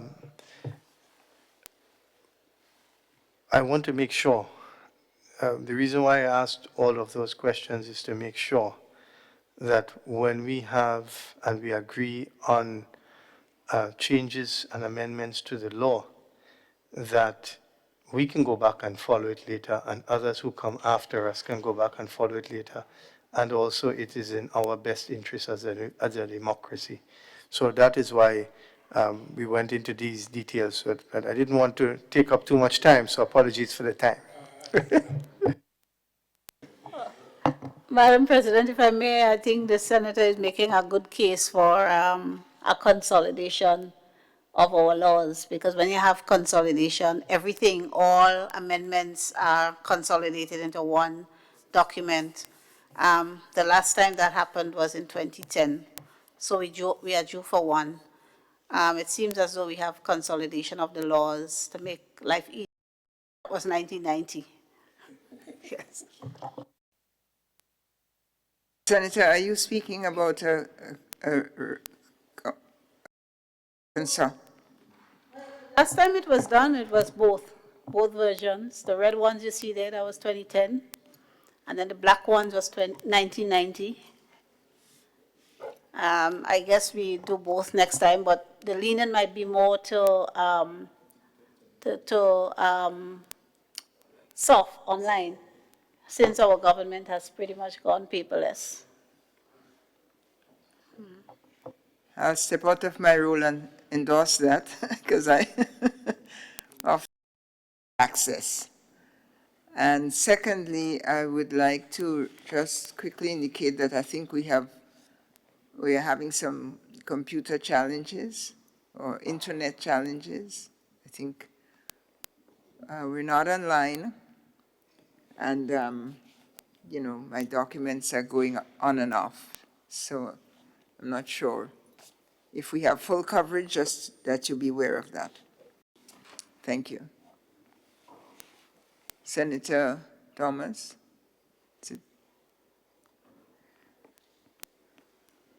Sorry, Clerk. Clause 3. No, we didn't, Madam.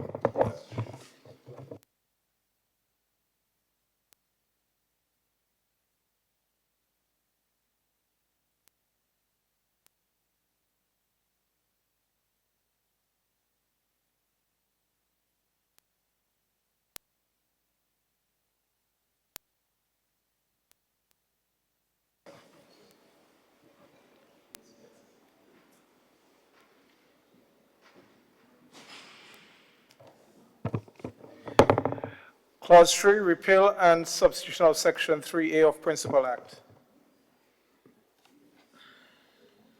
Oh, We sorry. do not have a clause 3. Clause 1. Terrorism, sorry.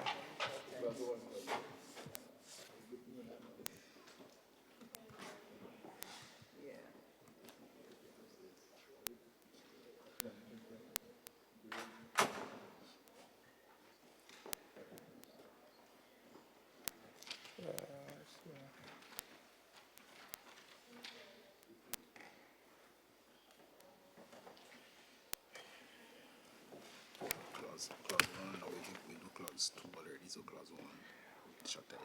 We still on the tax administration? Yes, yes.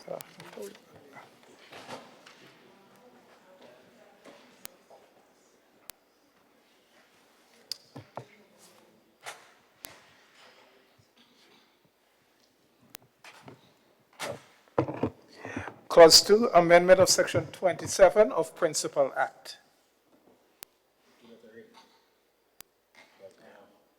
Clause 1, short title. Honorable members, the question is that clause 1, the short title, Tax Administration Amendment Act 2024, formed part of the bill. All those who are of that opinion say aye, and those of the contrary say nay. Ayes have it. Minister Thomas. Madam Chair, I beg to move this, that the Senate resumes and the Chair of the committee reports progress on the bill.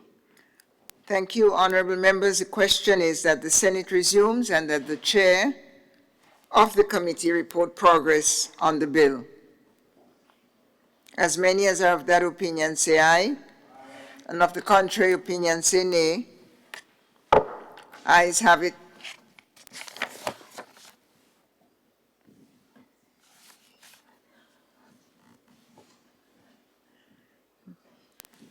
The Honorable Senate resumes. Senators, I have to report that the bill was considered by a committee of the whole Senate and passed with full discussion, no amendment. Minister. Madam President, I beg to move that the chair's report be adopted. Thank you, Senator. Honorable Senators, the question is that the chairman's report be adopted, chairperson's report be adopted. As many as that are of that opinion say aye, and of the contrary opinion say nay. I think the ayes have it. Senator. Madam President, I beg to move that the third reading of the bill be taken. Thank you. Honorable Senators, the question is that the bill be read a third time.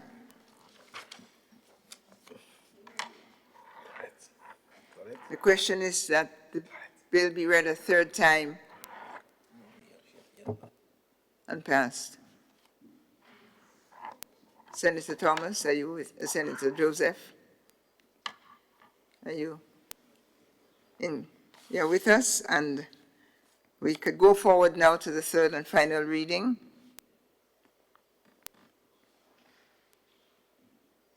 Yes.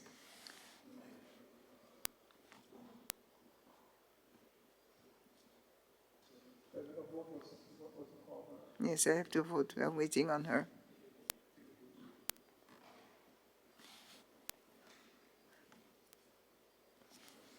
Give her a minute. Yes. No, Bill just for a an act minute, shortly clerk. entitled Tax Administration Amendment Bill 2024.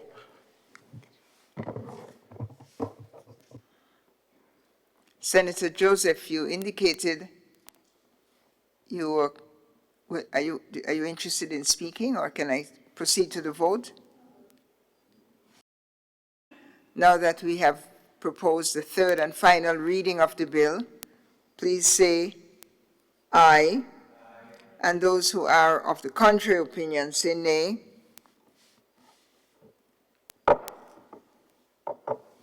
Clerk.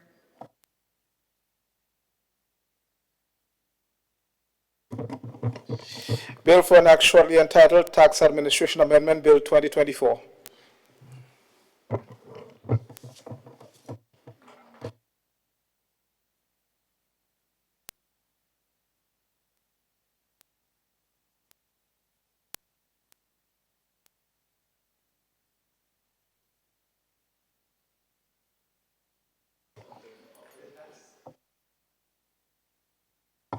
But he has to call the bill. Oh. Madam President, my apologies. I beg to introduce for first reading a bill for an act shortly entitled the Terrorism Amendment Bill 2024. Thank you, Senator. Presenter of the bill. Bill which seeks to amend the Terrorism Act, number 16 of 2012, the Principal Act, to enhance the integrated legislative framework to combat money laundering and terrorism financing, shortly entitled Terrorism Amendment Bill 2024.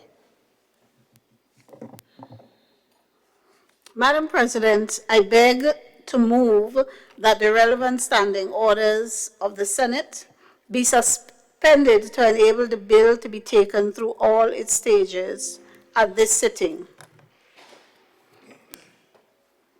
Honorable members, the question is that the relevant standing order of the Senate be suspended to enable the bill to be taken through all its stages at this sitting. All those who are of that opinion say aye. Of the opposite view say nay. The ayes have it. Senator. Madam President, I beg to move that the second reading of the bill be taken at this time. Honorable members, the question proposes that the bill be read a second time.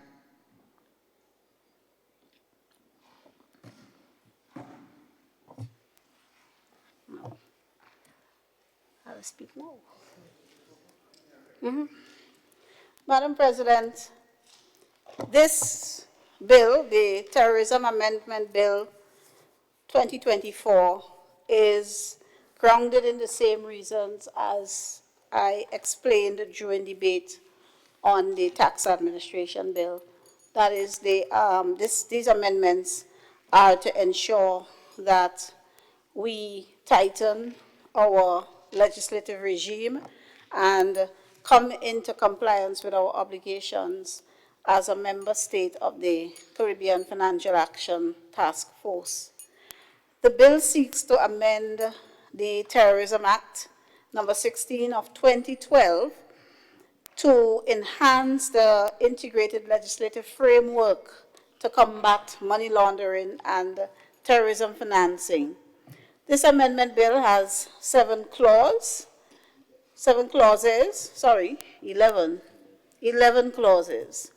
and clause 1 really deals with the short title of the bill, which I have already indicated. Clause 2 provides for amendment to section 2, where it is proposed to insert some new definitions in the definition section there, including a definition for designated entity, one for funds and or other assets, regulated entity, and to revise the definition of a listed entity and the definition of terrorism. The revision of the definition of terrorism will contemplate acts against international organizations, explosives, chemicals, biological, and nuclear weapons, and any other weapon or means of mass destruction. And we have the current definition of terrorism, which involves the use or threat of action, use of or threat of actions where the action falls within paragraph B, which I will explain shortly. The use or threat of actions designated to influence or designed to influence the government or to intimidate the public or a section of the public. The use or threat of action for the purpose of advancing or threat of action which constitutes an offense within the scope of or as is defined in any of the treaties listed in the 5th schedule, and also actions that fall within serious violence against a person, serious damage to property, endangers the life of a person other than that of persons committing the offense or the actions, creates a serious risk to the health or safety of the public or a section of the public, or is designed seriously to interfere with or seriously to disrupt an electronic system. That's a new element there. And then it goes on, Madam President, as detailed in subsections C and D. And in a new introduction, there is an expansion to define terrorism as including a threat of action, whether occurring inside or outside of Grenada, or whether or not relating to Grenada. So there's an expansive interpretation there of terrorism, and also an expansion to include actions that involve serious damage to property wherever situated, actions that endanger the life of a person wherever situated. And then down in B, it is expanded to include the threat of action designed to influence the government or to intimidate the public. And the expansion is here, or an international organization. So it's the public of Grenada or any territory or country or an international organization that is included as well. And then clause 3 repeals 3A to improve the provisions for identifying terrorist organization, and the schedule to the Principal Act lists the terrorist organization. If you go to the Principal Act, you will see them listed there. Clause 4 provides for the amendment to Section 5 to expand the prohibition against biological toxins and weapons to include prohibition against the use of biological toxins and weapons. The current conduct that is prohibited is the developing, producing, stockpiling, acquiring, and retaining of biological toxins and weapons. And so it's expanded to include the use of. And then, Madam President, Clause 5 provides for an amendment to Section 6 to expand the prohibition against causing a nuclear weapon explosion. The current section creates an offense for knowingly causing a nuclear weapons explosion, and Clause 5 seeks to substitute the following new offense: causing a nuclear weapons explosion, either knowingly or having reasonable cause to suspect that a nuclear weapons explosion will occur. So that latter part there is what is including having reasonable cause to suspect that a nuclear weapons explosion will occur. And then we have Section 6 provides for the repeal of certain of the sections at 14, at subsection 14A, B, 14A, B, 14B, and the replacement with a new section, sections 14A to G. And these provisions relate to the procedure for listing an entity as an entity believed to be involved in terrorist activity. Could I have the... Excuse me, Madam, yeah. Yes, Madam President. So the first feature expands the monitoring requirements that apply to listed entities.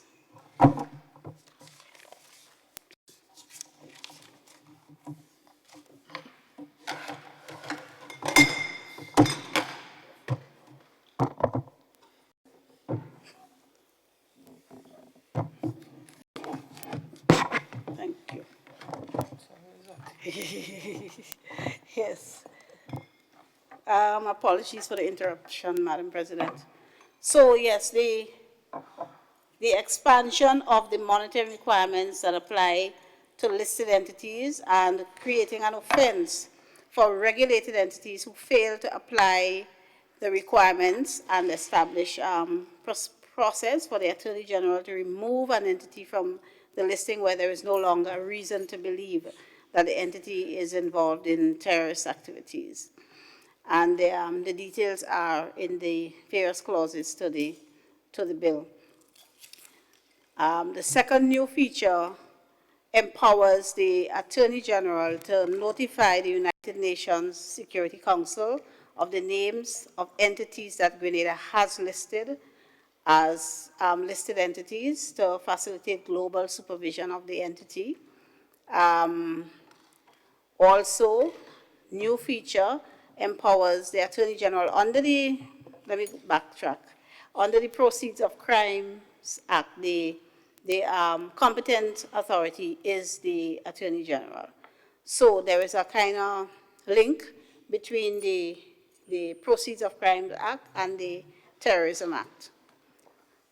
So empowering the Attorney General to receive notification from another state that the other state has listed an entity, so the cross-border allowing for cross-border communication here, as we appreciate that terrorism and like activities are cross-border crimes that do occur, and countries have to communicate and collaborate in the fight against such activities.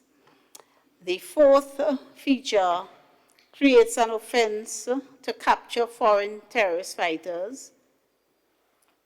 A person who knowingly and without lawful cause travels for the purpose of planning, committing, supporting, or facilitating the commission of an act of terrorism, commits an offense and will be liable on conviction to $500,000 or 20 years in prison. As we know, these amendments are relevant because in our own region, we had persons leaving the Caribbean region and joining organizations such as ISIS. So it's not too remote for us. And we are therefore now required to make provisions for these eventualities. 7 inserts section 22, insert a new subsection 3A at 22A to expressly capture as prohibited conduct the financing of travel for training or preparation and financing, whether from legitimate or illegitimate sources. So a person who finances travel for the purposes of training with a terrorist organization will commit an offense. And an amendment to section 27 to increase the penalties for the contravention of sections 19 to 22 on summary conviction to from $400,000 to $1 million, and on conviction on indictment from $1 million to $10 million respectively. Additionally, a minimum penalty of $100,000 is introduced under B for conviction on indictment. And yes, then we have 9, to mandate that the Director of Public Prosecutions examine the appropriateness of freezing orders periodically and to apply for revocation of freezing orders where appropriate. Sometimes an approach is made to the court to freeze the assets of persons who are suspected of or charged with committing acts of terrorism or acts contrary to the Proceeds of Crimes Act. And there are occasions when the person is either acquitted or the authorities deem that the threat no longer exists. So clause 9 will allow the DPP to review existing freezing orders and apply for their revocation where appropriate. Section 10 amends the 5th schedule to remove the contents of 1A to be repositioned. So it's just a repositioning there. And then 11 provides for the new schedule, the new 8th schedule. So, Madam President, these are the amendments to the, These are the amendments to the Terrorism Act that we, on this side, commend to this Honorable House. And well, if there are any further details that the members require, we can do so when we resolve in. Thank you, Senator, the Honorable Attorney General. I commend you and your team for this, this comprehensive review. I tried to follow you clause by clause as you went along, and although I can follow you, it certainly was a race in which I got lost, because I think your document is not exactly the one of the bill itself, but we were able to follow the topic in your legal agility I got the gist of the changes. And I commend it now to the senators for debate. Thank you. Senator St. Clair, you have the floor, sir. Thank you, Madam President. I have two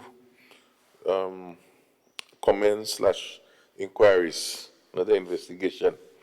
Because this is serious, This terrorism thing. They come in different forms every day. And so I'm curious as to how this bill addressed two issues. The issue of what I want to call education and awareness, meaning that we know we are so exposed to online things. I could be in my home, I don't have to go to ISIS to learn these things, but I could be logging in online on different channels and learning stuff. And the fact that we speak about the terrorism part is not only a cyber attack, but the fact that we speak about financing and learning, it could be of your own financing, you pay for your own internet, and there might be some online places where you're learning things, because these people are very smart. If there is any organization in its form, because you don't know what form they can come in, can be maybe in not necessarily like your registered schools, but it could have little click. They know how they get into the system, cells. So I am concerned about how this bill can capture. We may have to come back and edit, but how do we capture these emerging approaches, particularly as it relates to this infiltration in the minds of people who have intention to do those things. So they go and they look for certain things. How do we capture that inside of this? I'm not too sure.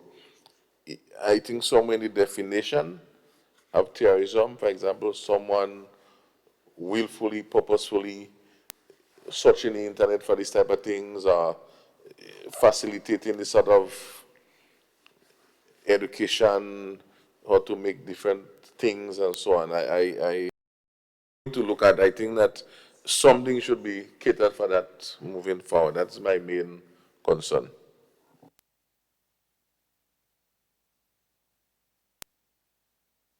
Senator, those are your two queries. They're both contained in your comment, yes? Thank you. So the question is, does this new legislation or amended legislation include responses to online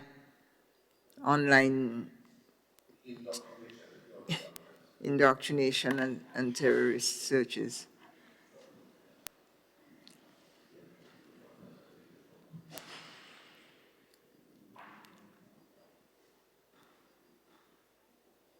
Senator Joseph?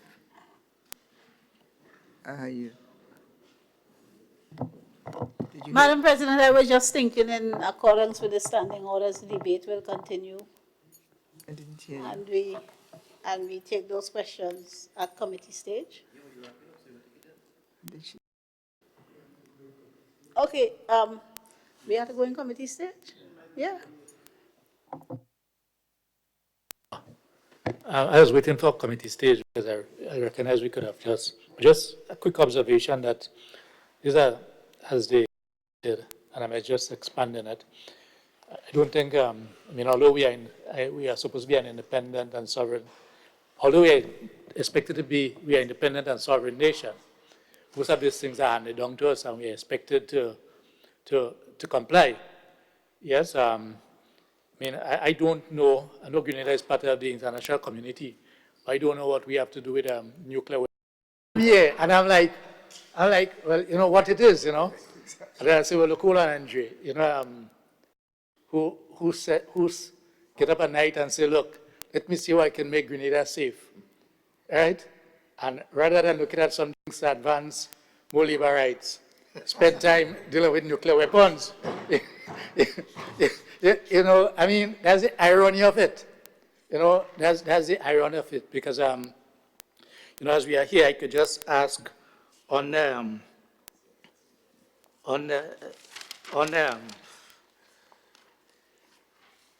terrorism, section 2, 2. I just needed a bit of further clarification as to whether or not the section that, the last paragraph, which says and includes the use or threat of action involving firearms, etc., if this is an addition or whether or not under the definition of threat,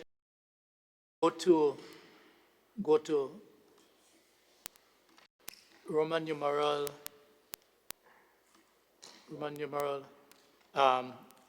B, letter B, Roman numeral 1, designed to influence the government, right? Because that stands alone by itself. Whether or not, what sort of action so? Is this just a standalone, or is it related to the use of firearms or threat of firearms or explosive or chemical? Is this what it is? I want to know what is that threat? I'm in section 2B1, under the definition of terrorism, right? Under the definition, it gives a new definition to expand the definition of terrorism. That's page 6. B1, right? But it says the use or threat of the action is. So it flows from the top, right? Designed to influence the government. And I'm stopping there because I'm not addressing the issue of intimidation. I'm addressing the issue of influence. What does one have to do to classify it as the actual, well, not just influence, but the actual unlawful? Because it says, if we do B1 and B2, and then it says, and includes the use or threat, and then it identifies nuclear weapons, biological, et cetera, that seems to indicate to me that these are additional considerations. And if these are additional considerations, what are the considerations that one is looking at before? Yeah? So it has me, because, I mean, we all try to influence governments. I mean, we are in different interest groups. And we do it quite openly, and so we do it in different forms.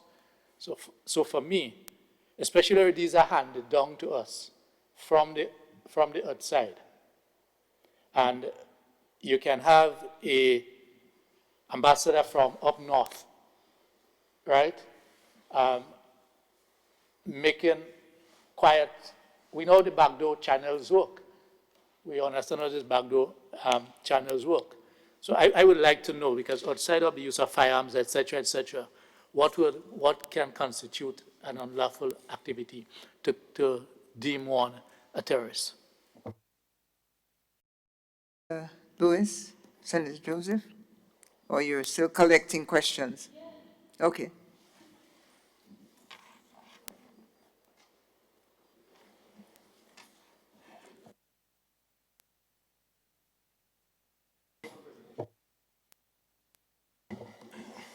Senator Rahman? Thank you, Madam President. I think my colleague touched on something very, very important.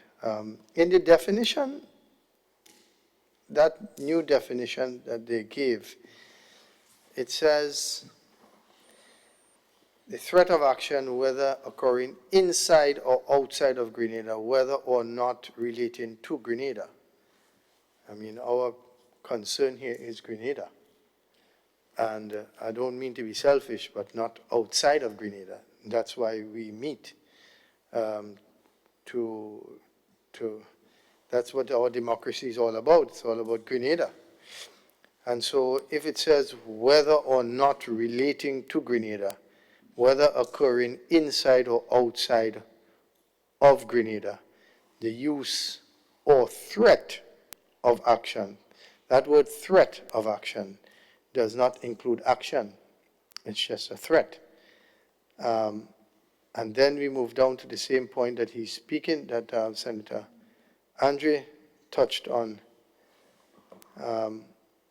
Where is it? One, and it says, point 2 says, made for a specific purpose, which may include advancing a political, religious, ideological, or other cause.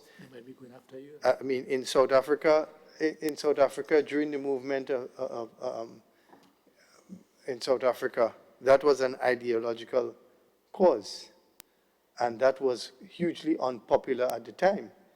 And Western governments at the time supported the plantocracy and not the uprising. So under this definition, you could see where certain things may lie. So I just wanted to raise that, for whatever it is worth.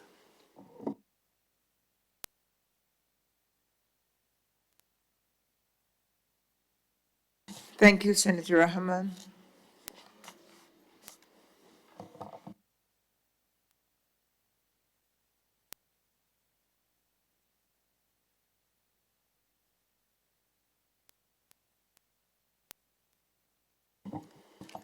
Senator Joseph.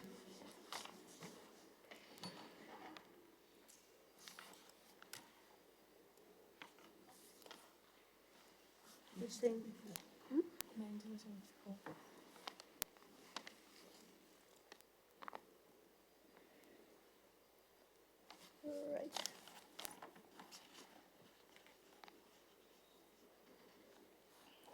So we have to get it right, Bill.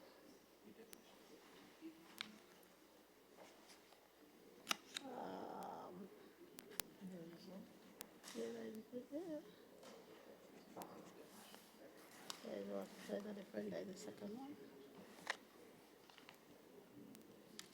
Sorry, Madam President, I'm trying to get the bill. There we go. I lost it. This is the one we just did. 19 terrorism.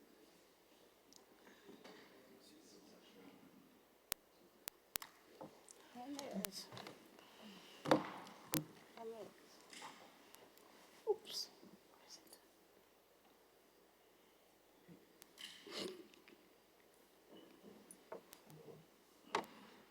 Right. So, Madam President, I would say attempt because I'm not sure that I would do a good job of it. Because I'm not quite sure. Yeah, I need the podium. Thank you.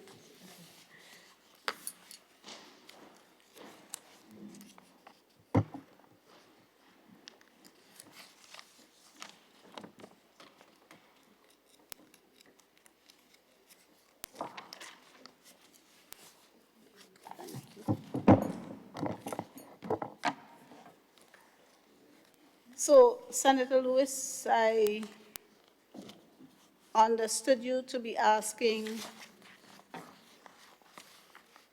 a question in relation to 2B, the definition of terrorism.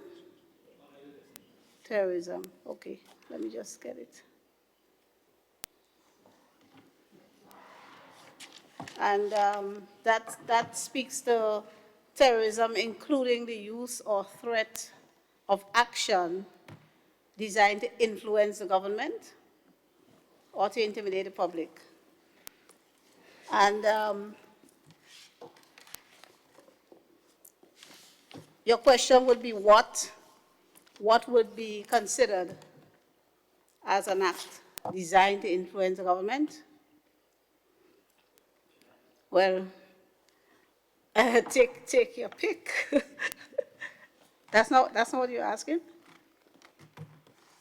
Yeah. Well, if you might repeat the question because that's a note I have. Yeah, thank you, if I may. Just for clarity, I'm saying I understand that aspect that you're speaking about quite clearly, because you identify the means that you are using, firearms, etc. But where it speaks about, I was asking you, where it says and includes the use of firearms, is there something outside of those listed here? And you said yes, so I wanted to hear what are those, if it means that outside of those. Yes? Okay, so and includes here just indicates that the list in the definition is not exhaustive. That's all it means without attempting to define other means. It says what it includes, but it does not close off the list. So it may be some other act or one of the acts listed in the definition. That's all includes there. It just means that the intention is not to close it off to the matters listed. Yeah. Does that answer the question? So if we threaten industrial action, that can be, no, it's a genuine, no, hear me. Because within can update that list of what may be considered. And I genuinely ask that because I know that, because this is not just a Grenada. Because this is not just a Grenada. That's the one that comes immediately to mind. Yes, but it's a genuine question as you give me that answer. Yes?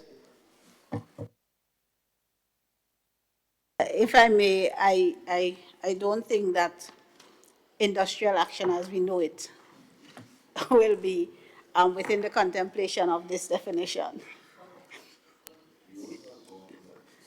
Unless there are other methods that we don't know yet. So, Madam President,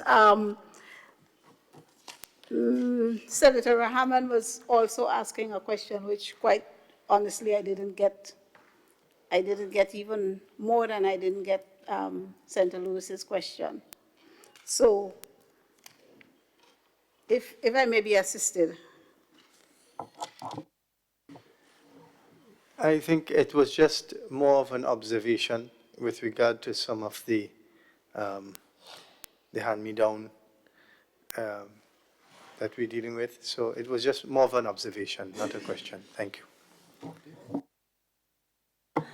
Madam President, as I wrap up my contribution on this bill, I would just say to this Honorable House and to the people of Grenada, these amendments are designed to, as I indicated earlier, ensure that we have a robust and cohesive, efficient legislative regime that will ensure that Grenada is not used in any respect as a platform for the perpetrators of international crimes and terrorist activities, and to ensure that Grenada remains on the list that does not involve being gray-listed or blacklisted. I could give an example of some of the consequences of that. Now, Barbados and Jamaica are gray-listed at the moment. They were found not to be in compliance with some of the requirements of the FATF. And they have been trying to get off that list and are having grave difficulty. And in the case of Barbados, they have met all the requirements. Strange rule at the FATF level that when the list is being purged, all countries on the list must be purged at the same time, or none are purged.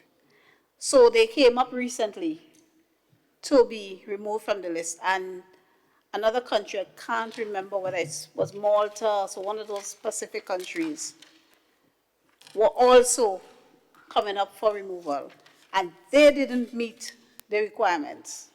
So they had to stay on, and Barbados had to stay on with them.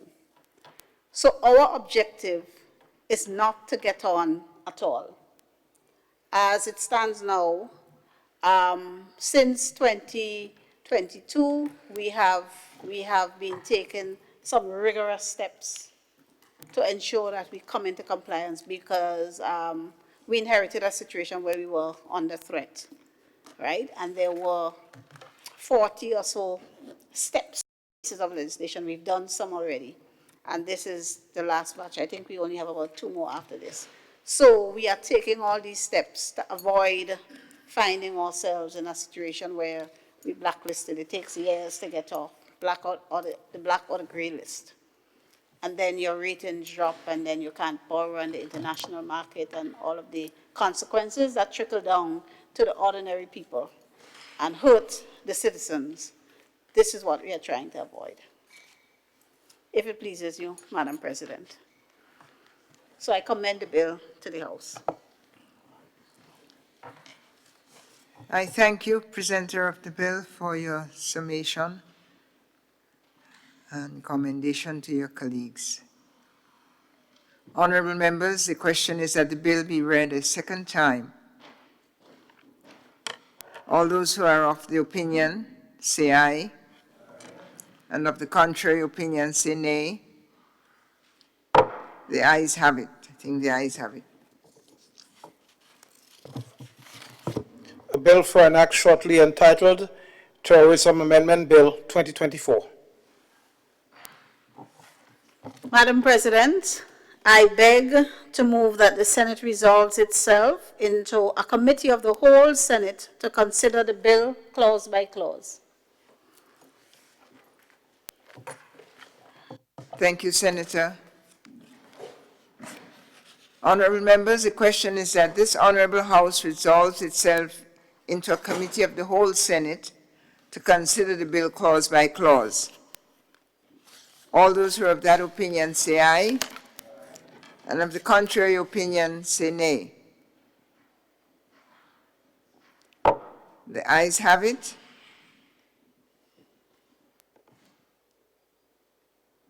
And the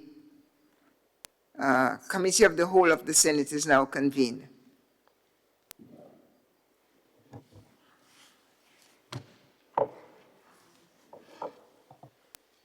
Clause 2, amendment of Section 2 of Principal Act. Honorable members, the question is that Clause 2, new definitions, I believe, forms part of the bill.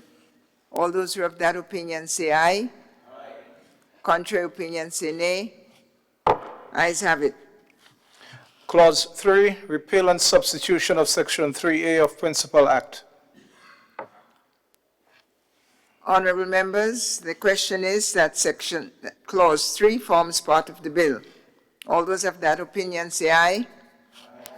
Aye. Of the contrary opinion say nay. Ayes have it. Clause 4, amendment of Section 5 of Principal Act. Honorable members, the question is that Clause 4 forms part of the bill. All those who are of that opinion say aye. Aye. Of the contrary view say nay. Clause 5, amendment of Section 6 of Principal Act. Clause 5 forms a question for the act. All those who are of that opinion say aye. Aye. Contrary opinion say nay. Ayes have it. Clause 6, repeal of Sections 14A to 14C of Principal Act and substitutions with Section 14A to 14G. Honorable members, the question is that Clause 6 forms part of the bill. All those who have that opinion say aye. Aye. And of the contrary opinion say nay. Clause 6 is passed. Clause 7, amendment of Section 22A of Principal Act. Honorable members, Clause 7 forms part of the bill. If you say aye. Aye. Those who are opposed say nay. Clause 7 is passed. Clause 8, amendment of Section 27 of Principal Act. Honorable members, the question is, Clause 8 forms part of the bill. All those who have that opinion say aye. Aye. Of the contrary view, Clause 8 is passed. Clause 9, amendment of Section 27A of Principal Act. Honorable members, the question is for Clause 9 to become part of the bill. All those who have that opinion say aye. Aye. And of the contrary opinion say nay. Clause 9 is passed. Clause 10, amendment of 5th Schedule to Principal Act. Honorable members, the question is that Clause 10 forms part of the bill. All those who have that opinion say aye. Aye. Contrary say nay. Clause 10 is passed. Clause 11, insertion of new 7th and 8th Schedules to Principal Act. Honorable members, the question is that Clause 11 forms part of the bill, and of all those who are of that opinion say aye. Aye. And of the contrary opinion say nay.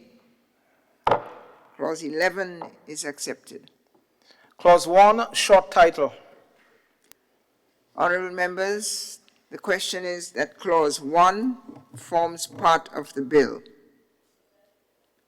All those who have that opinion say aye. Aye. Of the contrary view, say nay. Clause 1 is passed. Madam Chair, I beg to move that the Senate resumes and the chair of the committee reports progress on the bill. Thank you, Senator. Honorable members, the question is that the Senate resumes and that the chair of the committee reports progress on the bill. As many as are of that opinion say aye. Aye. And of the contrary say nay.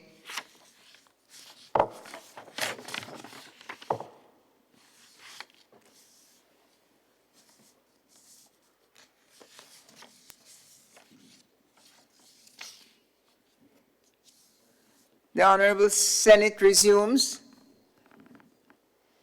Distinguished Senators, I have the honor to report that the bill was considered by a committee of the whole Senate. Following discussions, was passed without amendment. Senator Joseph. Madam Chair, I beg to move that the chair's report be adopted. Honorable Senators, the question is that the chair's report be adopted. All those who have that opinion say aye, and of the contrary opinion say nay. The ayes have it. Madam President, I beg to move for the third reading of the bill.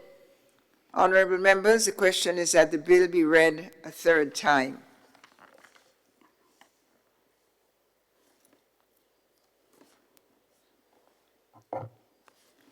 The bill be read a third time and passed.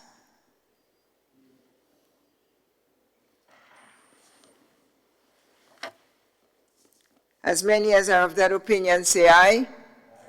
Of the contrary say nay. I think the ayes have it. A bill for an act.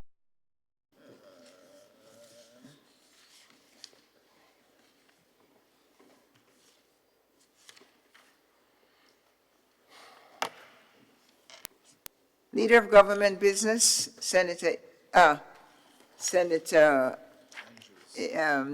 David Andrew. Thank you, Madam President. Madam President, I beg to introduce for first reading a bill for an act shortly entitled Proceeds of Crime Amendment Bill 2024.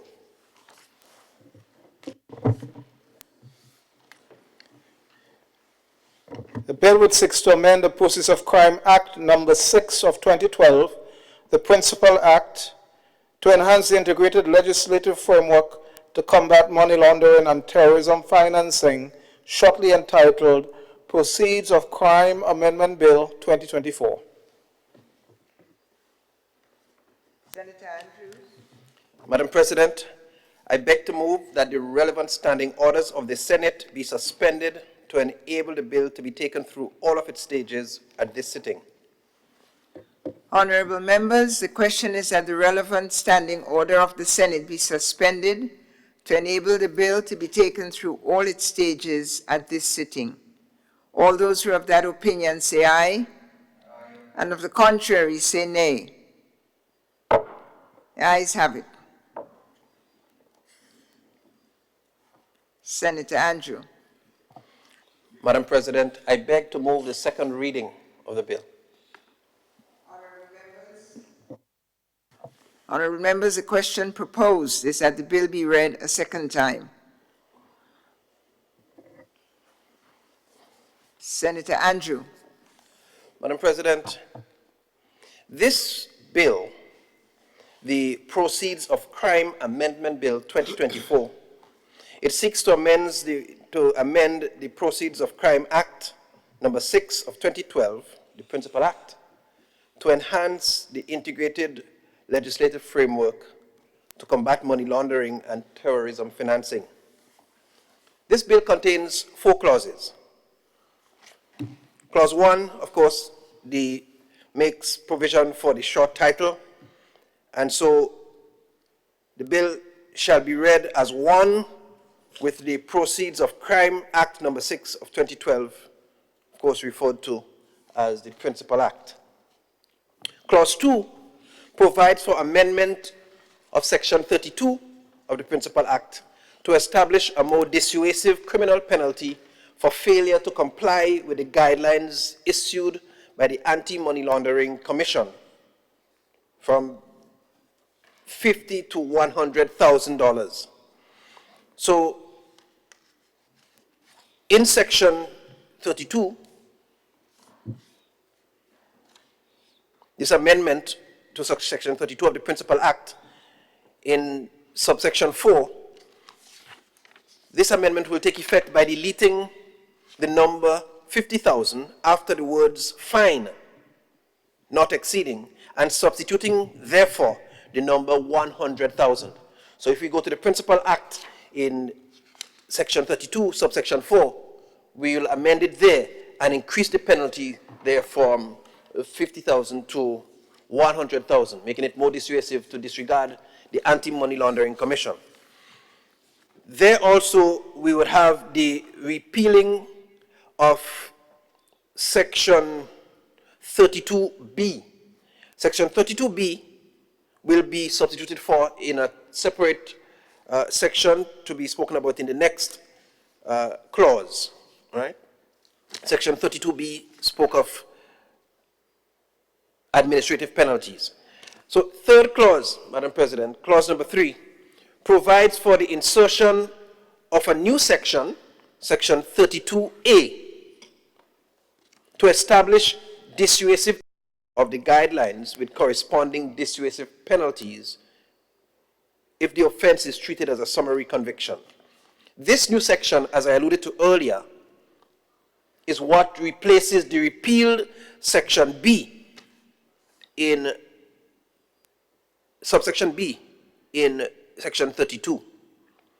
So this new section speaks to the imposition of administrative penalty, and Section 32A, subsection 1 says, notwithstanding Section 32.4, the guidelines may, in specific cases of non-compliance with or contravention of any provision thereof, provide for the imposition by the Anti-Money Laundering and Combating Terrorism Financing Commission of an administrative penalty not exceeding $500,000. This new section, 32A, also goes on to outline the steps and the procedure to be followed by way of giving notice to the person so found guilty in writing, by sending and outlining the nature of the offense resulting in that them being written, by sending an outline of the penalty, informing them of their rights to representation and to oral hearing, and their rights to appeal. So all of these things are included in that section that is covered under section 32A, the new section being included there. Clause number 4 provides for to empower the Commission to compel for information to discharge its function.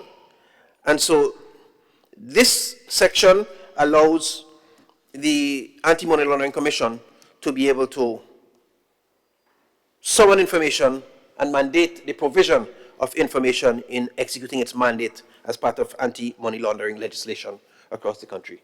Madam President, whatever legislation that we can do to come in alignment with whatever the international standards are and to allow us to be able to operate in full compliance and to protect the assets and properties of our people and to protect our people on the whole and the integrity and name of Grenada, we commend to this House for its support and blessing.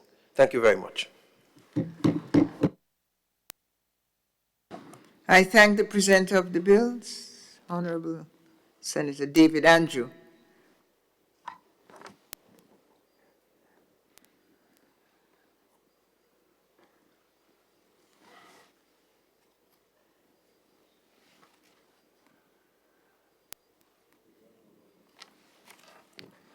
Senator St. Clair, no comment, Senator. Well, that's a historic moment. Thank you, Senator. Yes. I can't hear and I don't follow football, but I think this means roll along, right? In which case, thank Support to the bill before the House at this time. As indicated, all these measures will work in tandem to make our country safer, our financial system safer, and our reputation secured. So, for all the reasons advanced in relation to the earlier bills, I support this bill. Thank you, Attorney General, Senator Claudette Joseph. And I offer the floor to presenter. Yeah. Concluder. Madam President, I want to thank my colleague, Attorney General on this side, and the silent consenting nods of my colleagues on the other side. I think the spirit of this is quite clear. We've been through quite a number of these terrorism-related bills for the afternoon, and so I think much of this is in keeping with that, and I think that's the reason we've come to the place where it's such an easy pass and understanding. So I thank my colleagues for the acknowledgement and the support of it, and so, Madam President, I commend it to you and this Honorable House for further discourse. Thank you. Thank you, Senator Andrew, and I commend the bill now to honorable members that the question presented to you is that the bill be read a second time. All those who are of that opinion say aye, and on the contrary, say nay.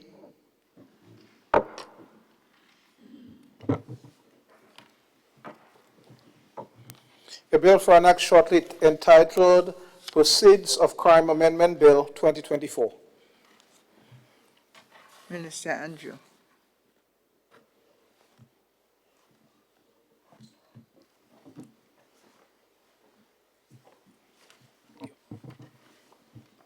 Thank you, Madam President. Madam President, I beg to move that the Senate resolves itself into a committee of the whole Senate to consider the bill clause by clause.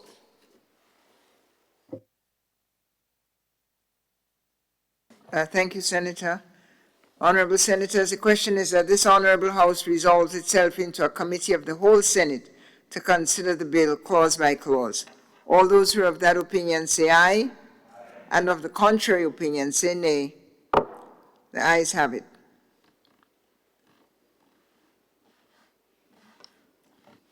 The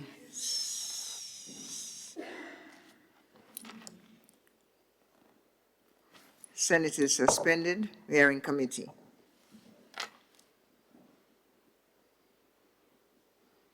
Clerk.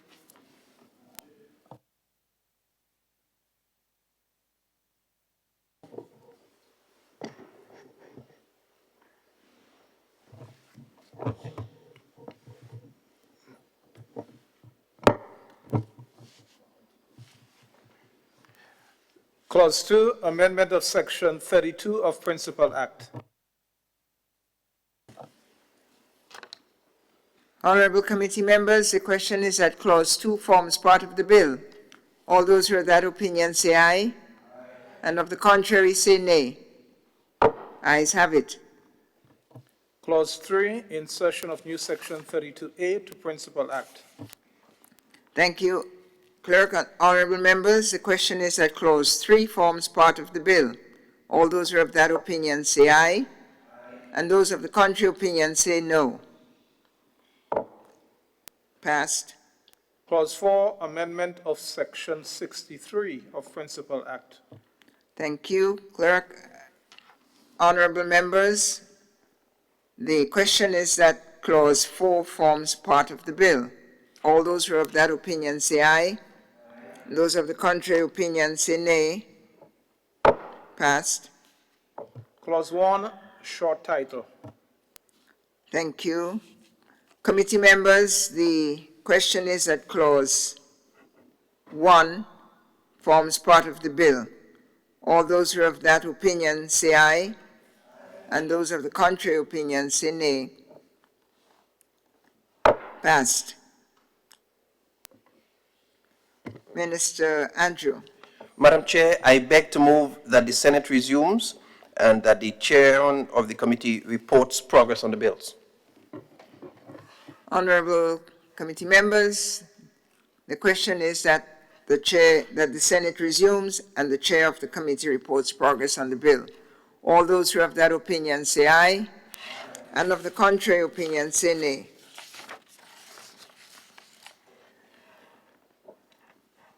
Ayes have it.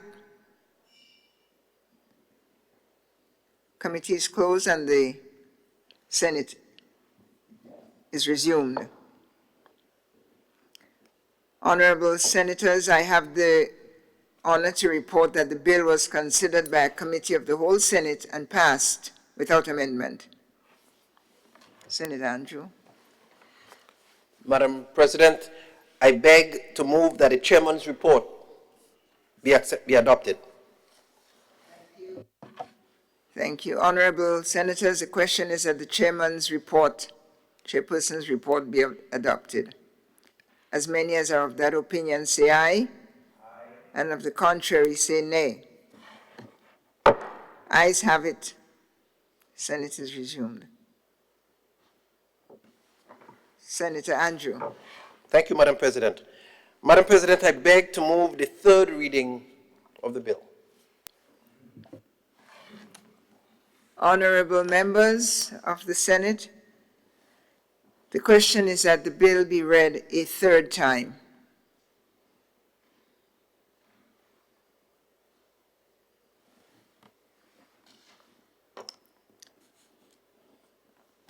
Honorable Senators, the question is that the bill be read a third time and passed.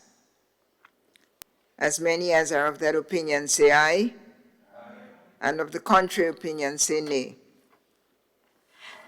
The ayes have it.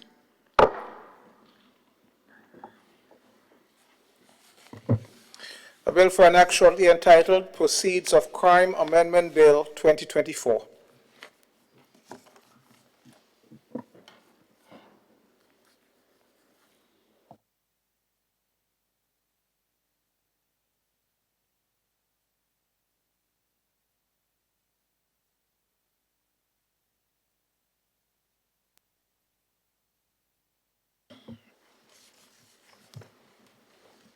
Item 16, public business.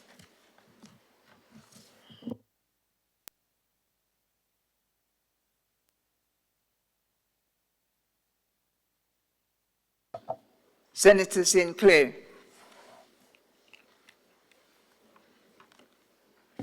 Yes, Madam President and members at this honorable time. Madam President, I beg to present in my name the motion on crop compensation schedule for farmers who suffer crop loss from damage from man and livestock.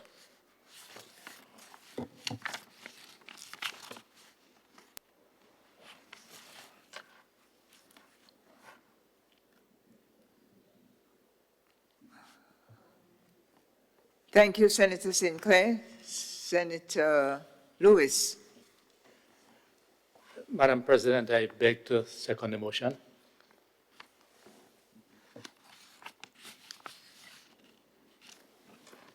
Thank you, Senator Sinclair. Senator Lewis. Senator Sinclair, you have the floor, sir. Madam President, as I read this motion in my name, whereas farmers has been experiencing increased incidents of crop damage from man and livestock, and whereas the Crop Compensation Act Number 9 of 1967 and amended by SR&O 32 of 1995 makes provision for the amount of compensation payable for damage to agricultural crops and other trees, and Section B, Section 4 gives the minister the power to amend the schedule by order if he or she considers it expedient to do so. And whereas over 29 years since the crop compensation schedule was revised, and whereas the cost of inputs for farmers has increased significantly over the past 25 years, and whereas farmers deserve just compensation reflective of the current realities of cost, be it resolved that the Minister of Agriculture be caused to act in accordance with the powers vested in him under Section 4 of the Agricultural Compensation Act 1995 to review and update the crop compensation schedule of 1995 so that farmers can be justly compensated when they suffer crop loss or damage. Be it further resolved that Section 4 of the Act be modified to protect our farmers' investment by specifying a time by which the crop compensation schedule shall be amended instead of relying on when the minister considered it expedient to do so. Madam President,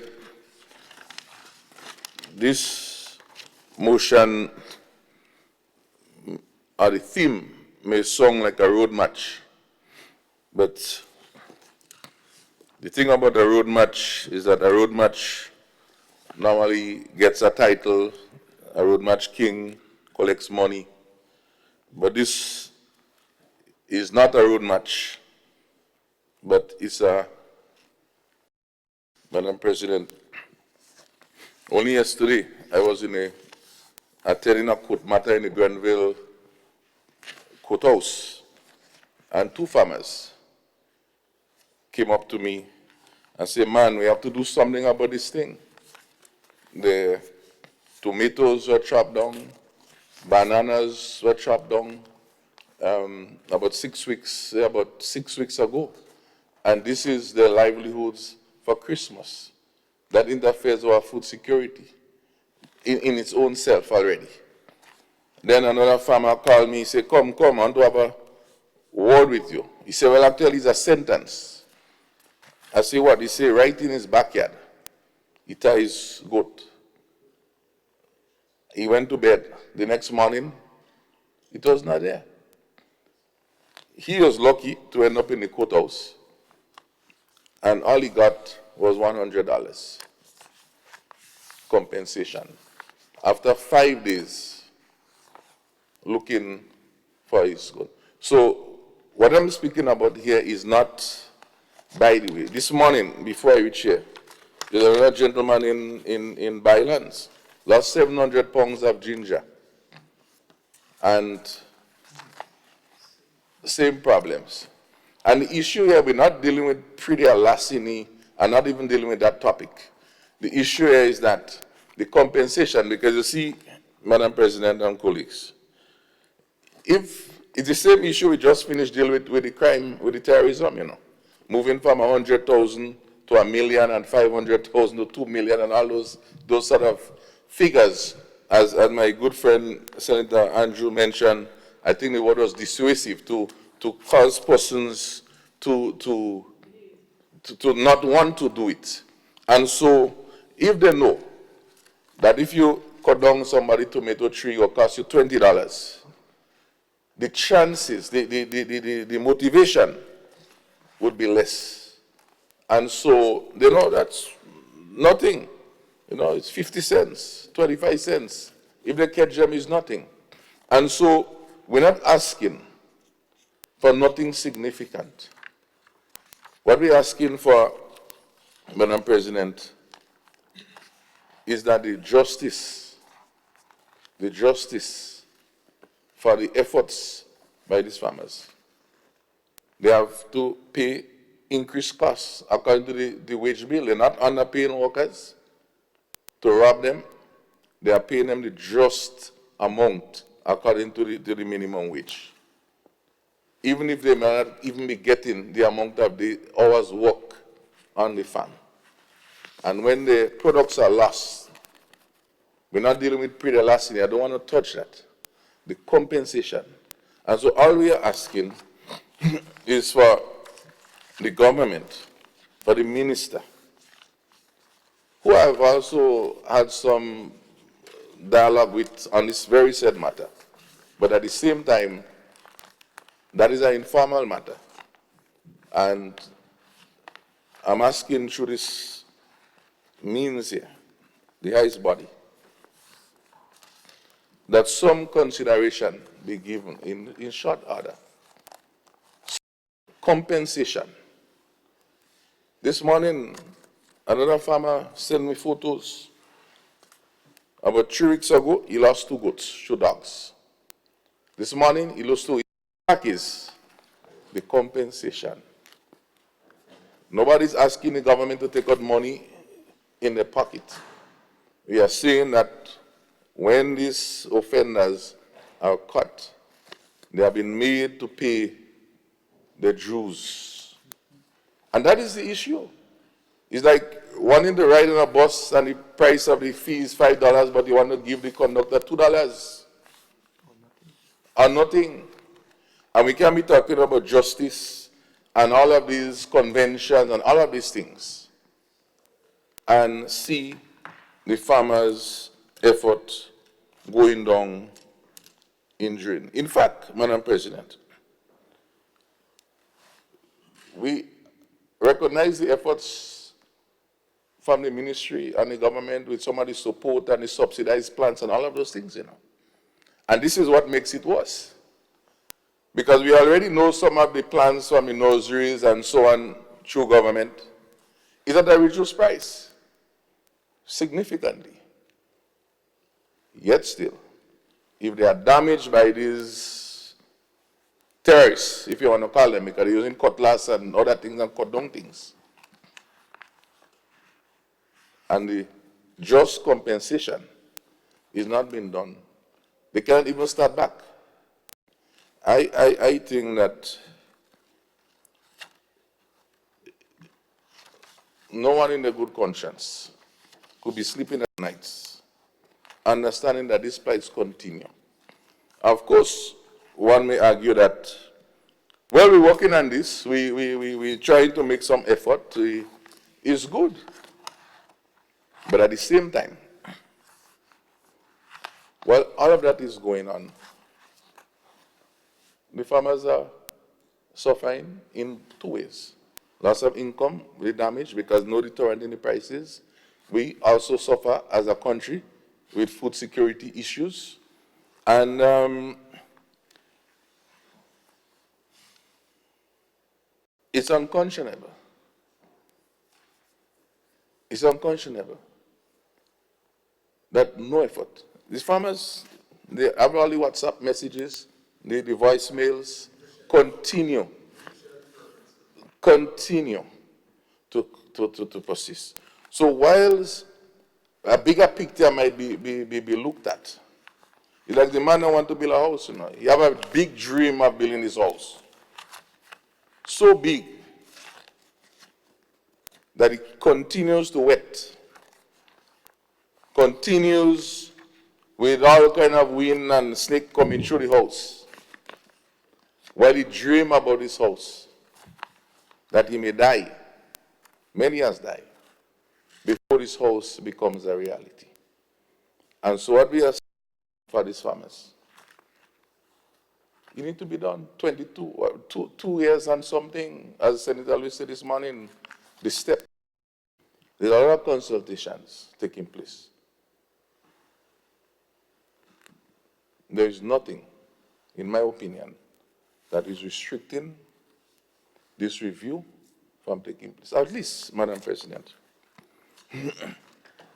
nobody cannot just go and review this thing like that.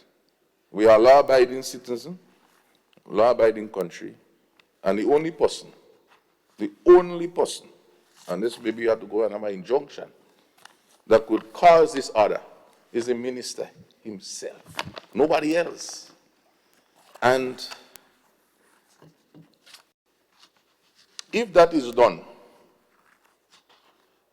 and we then get a report, okay, we are 50% there, we are 60% there, we could understand.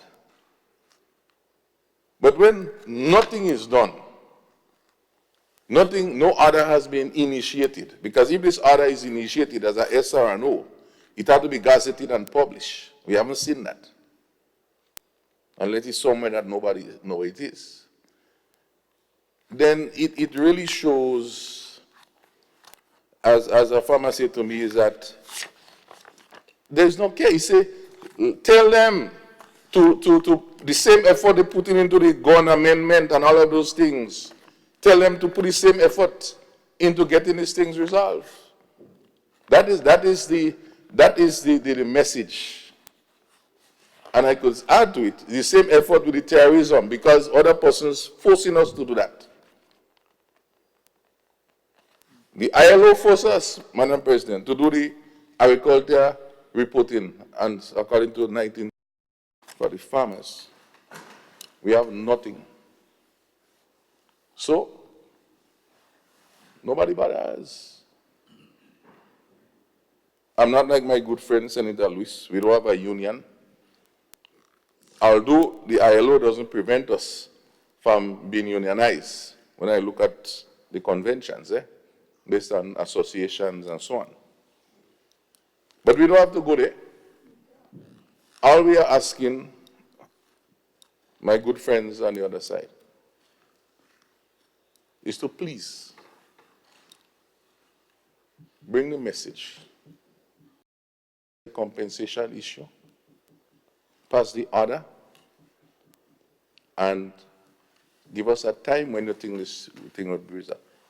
This message seems to be a very simple message. But I not too sure, Madam President, if the message is reaching officially. Farmers are speaking to me more about compensation than even the pre-elastic part, yes, but the compensation. In fact, if I just segue for 30 seconds, if we've been following the media over the last few months or so, there has been a landmark decision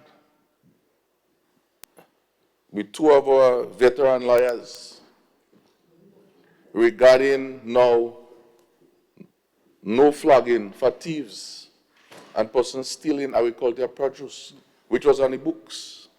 I have my opinion about this, which I will reserve at this stage. But the fact now that has been a ruling by the court, it means, therefore, at some point, we as lawmakers have to agree and decide whether we want to come here and amend the Pre-Larceny Act to remove that, because if it's unconstitutional, according to human rights regulations, and all of this UN convention, that was the premise used in presenting the case, you cannot flag them even if they steal your stuff.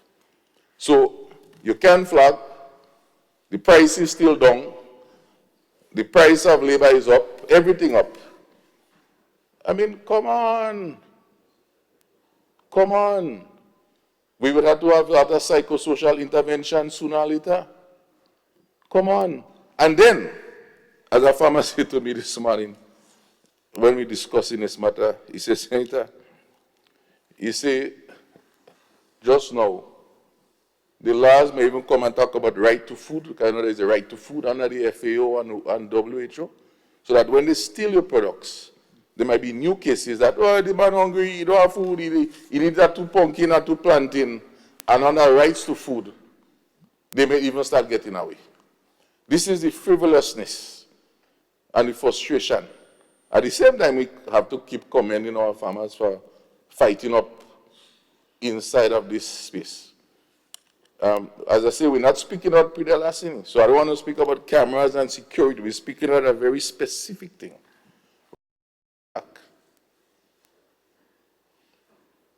Such that other things, if there's a specification there, and we have to commend Minister for taking that action and saying the minimum wage need to be reviewed. And it was reviewed. Every 3 years, we see, so every 3 years, it was reviewed. The farmers still get stuck with an increased payload to workers. 3 years. The other one in agriculture, they say when he feels, every time he comes to this agriculture factor, there's always a loophole. So because he doesn't specify, nobody bothers. And it's a bad practice. In fact, this terrorism bill that we just finished look at a while ago says that every 3 years, there's supposed to be a review of the, if you look at the clause, one of those clauses, because every 3 years there shall be a review with a list of terrorist organizations. We can't sleep at nights. We can't sleep at nights. We cannot sleep at nights. Please, please, please. I could speak, but is your colleague, you sit in cabinet, you have to speak. Madam President, and last point. In the Pre-larceny Act, we had the issue of the, what's his name, to set up the account. Because the act was there, but the account wasn't set up in the government system so that when they are charged to put the money. Right? So even if you want to compensate, so let's suppose Senator Lewis stole your stuff or damaged your things and you have to now compensate $100. When you pay this money to the court, the magistrate, there was no place to put the money because there was no government account, so it was ending up in the consolidated. I have to commend the Prime Minister, who was the Minister for Finance then. We had a one-on-one discussion. And within a month, the account was set up. So now that the account is set up, we actually know, because that's an important step, we can put money into the account. So we're asking now that just money can be put into the account. I don't need to have a meeting with him to cause the minister to make an order. No, we don't have to do that. We don't have to make him the agriculture minister for him to act similarly in the aid of the farmers. So the fact is that there has been goodwill. So don't think we're not recognizing goodwill. We are saying that this is a significant activity, a significant issue. And we are asking for good hearts and good conscience to prevail. We pass a whole thing October 19th, and we're happy about it. We even do it before you even pass. The same farmers, we want to make heroes. Well, heroes, in fact, they will be heroes because if they could survive under this difficult situation, the cut and contrive according to my mother, then they are heroes. But we have to do better than that. And not because I present in a bill or Tom presenting a thing. It's not about that. This thing is a simple thing that we should just see a press release that the order is issued. I don't know what is so difficult, unless there is a lot of pile of paper filling up that we don't reach there yet. I wouldn't say what they will see, but I would ask for good conscience and reasoning. I will continue to pursue informally and formally So this is not going to stop here, right? Not going to stop. I want to continue because something is all they keep.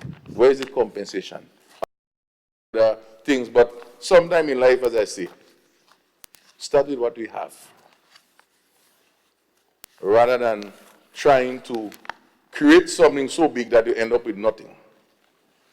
2 years has gone for this government. We are going to 3 years. And if we cannot get that done within that space of time, then based on probability and mathematics, there's a high chance that 5 years could come, or even less than 5 years, depending on how the thing is going. And we end up, another government again has come, and the farmers are in the same position. This is my concern. Huh? No, I don't want some. It's just that we want it to happen in this term. Right? All right, Madam President. Thank you, Senator St. Clair. I offer the floor to Leader of Government Business, former Minister of Agriculture. Thank you very much, Madam President. What a pity the media was, the message from the senator was not live. I don't know if it's been recorded. I thought he'd have cut it shorter with seeing that the media was not there. And please, Madam President, excuse me for my little break that I took there, but I was really catering for 7 o'clock from the senator. So it's a little surprising that he finished in half an hour. But Madam President, the crop compensation that the senator is presenting here, and as he rightly said, for the last 25 years, it has not changed. I don't want us at any moment believe that it's for the last 3 years it has not been changed. But I want to assure the general public and the senator that this job will be done before the next 25 years. For sure. Rest assured. So if you're frightened that the 3 years is going, but it was there before. So it's not 3 years. It's 28 years if you want to go further, or 26 years. That's the figure we have to talk, and not just the 3 years that this administration was in office. We have to come better than that. Madam President, we're not dreaming. This government is not dreaming about palace. And unless we can build a palace, we will not build a house for shelter. But what we're saying, we will not build a house with a toilet and bath. Put that in your pipe and smoke it, because we want to do it properly. Madam President, I have no doubt whatsoever, despite all the claims from the presentation of the bill on this matter. A bill was presented previously. Previously, a bill came to this House, and the explanation was given as to why we're not going in that direction. Today, the motion came and is coming on the same subject matter.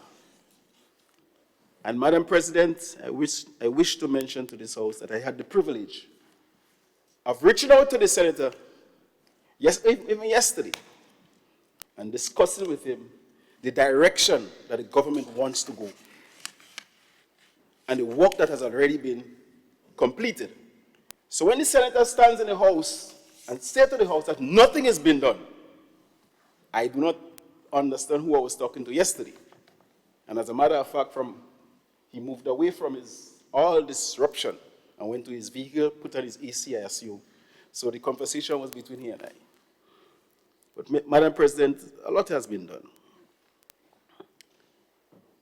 I have no doubt to disagree with the Minister for Agriculture, who I consulted on the matter.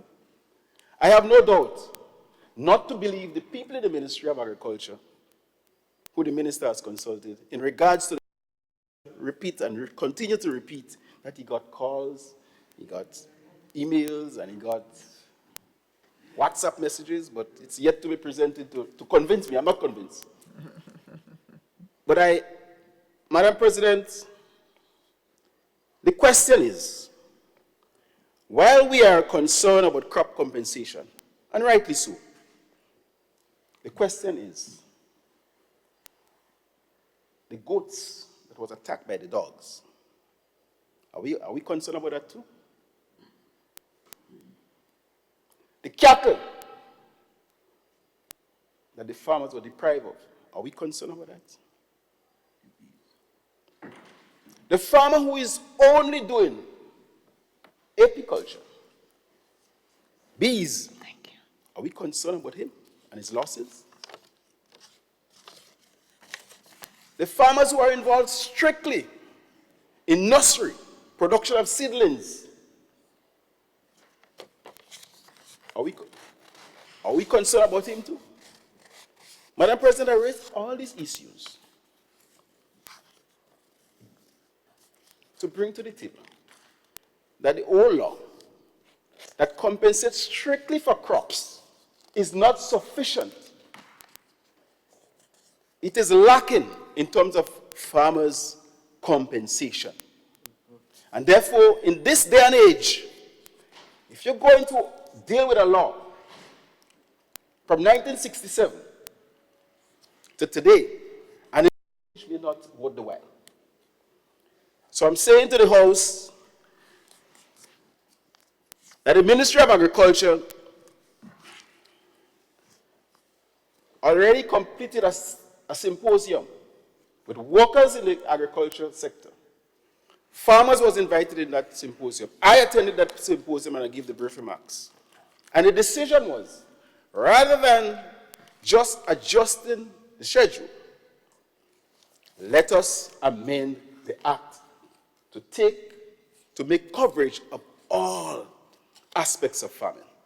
And therefore, the matter will be going to the Ministry of Legal Affairs to change even the title of the act from crop compensation to agricultural commodity compensation. I mentioned that to the Senator in the last presentation we were talking about the bill. And I mentioned it to him yesterday again.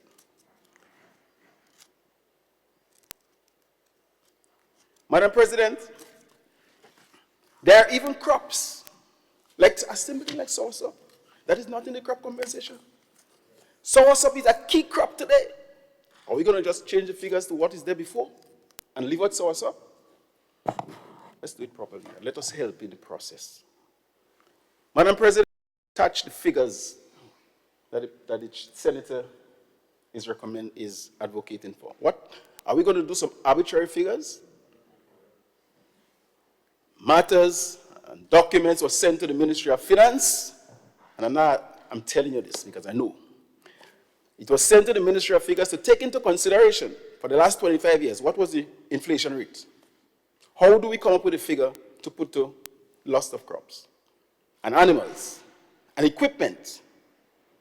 And if you were in Carriacou, you would have understand, Madam President, what it would have been to suffer the loss of your vehicle when a telephone post write it off. These things have to be, this thing has to be in this new dispensation. And that's what we call transformation. We want to transform the law. And I think it's reasonable. Yes, we're going to press on, we pass this law, and 3 years it's coming. But why are you going to measure this requirement based on this administration? It's not fair. So we got to do better than that. And be reasonable. This administration has done much more than a lot of people who were there before. And not only about the farming community, but our society is moving on. And you must recognize that. Don't come here and pretend that this administration is not the farmer's friend. We paid out over 5,000 checks recently, and you know that, Mr. Senator. $29 million to the farmers. These are the people we love. And not a note was said about this. It's about we passing this law and that law, we're not studying the farmers. This is not reason. This is not fair. This is not fair. And listen, the 5,000 checks were paid out is not $100 and $50. Well, almost 6,000. It's not the voucher we used to give out for $50 and $100 to go in some little store in town and pick up some little gadgets. You know. Senator, these checks were $4,500. And you don't mention that yet? You have to say, and $9,000. This administration is concerned about these farmers. And don't come. What we are dealing with, yes, it may take a little while, but you cannot accuse us of not paying attention to the farmers. It may take a little while, but when this act is being amended, and we take into consideration agricultural commodities that encompasses everything, I think I will give you that bill to present. And then I will second it, and this side will speak to it. I promise. Madam President,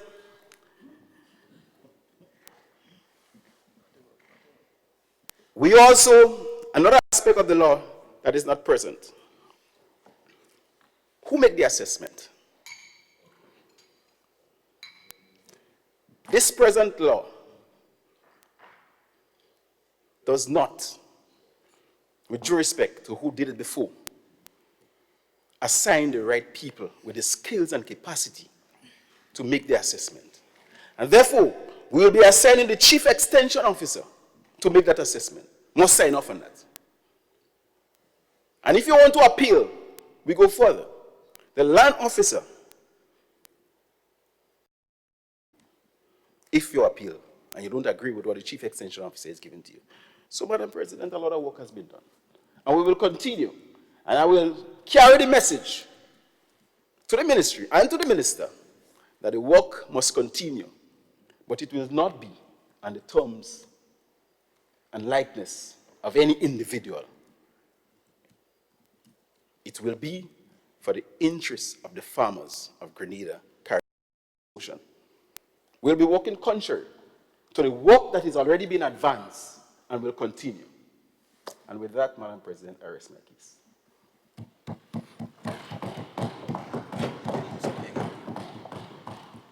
I thank the Leader of Government Business for his intervention. Are there anything clear to decide on the way forward? Senator Lewis, you have the floor, sir. Thank you very much, Madam President. And while listening to the exchange, my mind went back to how Madam President started this session by identifying on this side at least 5 out of the 6, or probably 5.5 or 5.75, because there are people from the urban area that always like to claim their rural heritage. So I'm making provision for that there are 5 persons there from the rural areas, and about probably 3 or 4 out of the 6 here.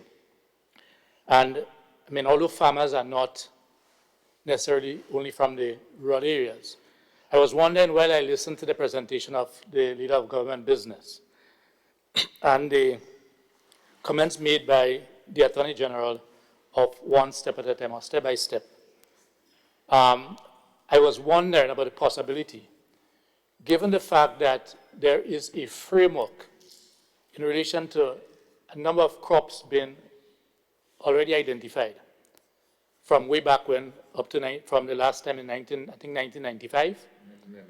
And the common refrain I've been hearing from the government side, specifically as it relates to crops, is the use of the example that soursop is not included in that list. So I was wondering, given the fact that we all know that this is a abundant and practical issue, I mean, we listen to the news every day. We see it. I mean, I saw recently, about 2 weeks ago, a farmer complaining about a set of watermelon, I think that was just totally destroyed. Whether or not, as we fight to get everything right, my brother, on the other side, and colleagues, I'm speaking about the aspect of lining up the ducks. Whether or not an approach can be taken in which I don't think there's any rocket science to find out what inflationary rate was from whatever time to now, to come up with a package to deal with crop. You're not forgoing agriculture or agricultural commodities. You're not doing that. But because this one is advanced and you already have a listed, and because you have already identified that soursop ought to be included, and whatever other crop, I mean 1, 2, or 3, or 1, that you make this a priority area with the understanding and the public pronouncement that this is not the complete package. But because this, as a matter of fact, as we stand right now, farmers are getting some compensation, if ever, but it's totally inadequate based on the listing. So if this can be pulled out, because it's as part of negotiating. I mean, it's a package, you pull out what can be dealt with. At the same time, I would respond, not just across the table, but it's something I've been hearing for the longest while. When it pleases the government side, they are speaking about what they're able to get done within 2.5 years or 3 years. We are here speaking about no. So it was not done 25 years ago. Why put the senator through this? He only became a member of the Senate representing farmers about 2 years ago, 3 years ago. Yeah, so what I'm saying, he is taking charge of what he is responsible for. And I ask of my colleagues,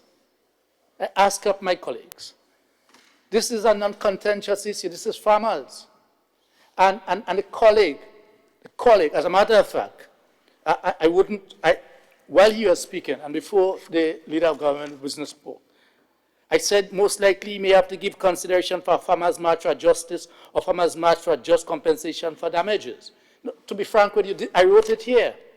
I wrote it here because you need to probably influence government. And I'm saying, I think it is rather unfortunate, with all due respect, my brother, maximum respect, to be saddling the Senate that the farmers have elected him to represent them. He was not here 25 years ago. A number of the issues that we are addressing, we take credit. The Ministry of Labor did it correctly so. Minimum wage was not addressed. The last time was probably 12 years ago. But you didn't say, well, it's 12 years ago, so I'm not doing it now, because there might be more political mileage. And great for the workers, because we march the streets. And there are political capital to be gained from that. So the farmers need to give consideration to this. Because every time I hear this comment about this 25 years ago, so what? It is now 25 years after. And I'm making a proposal for your consideration through you, Madam President, that while the government seeks to get all its ducks in order and do everything proper, to pull out the crop compensation aspect. There's a schedule. As a matter of fact, when I went through the bills, I didn't make the connection in the beginning that it was the motion that came back by Senator Sinclair. It was only yesterday or the day before when the last order paper came out.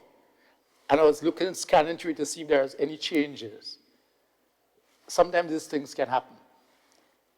It then dawned on me, but no, this is Senator Sinclair. Because I saw nicely put together the aspect of the crop compensation. I found that they look rather small. But as a matter of fact, I thought it was something that was redone. I thought, well, the senator is saying he thought the same thing too. So I thought, and you know why I thought so? Because Senator Sinclair has been championing this cause for the longest while. He has been championing this cause for the longest while. And every time I keep hearing is that we are in agreement with you, but we are taking our time. And we want to do something comprehensive. But so many things have come here as an amendment, because it's a living issue. And I wish to compliment and commend the senator for his stick-to-itiveness, for raising this issue constantly. And this is not about himself. And I mean, I know that the standing order speaks about not to impute improper motives. I know that was not where my good colleague was going. But to indicate that the senator may not be speaking the truth, that farmers are calling him on the matter because they are speaking to the Minister of Agriculture and he might be saying something different. I find that, to be quite frank with you, Madam President, the vast majority of us here, my brother, We toil the soil. I mean, come on, man. We toil the soil, we know what it is.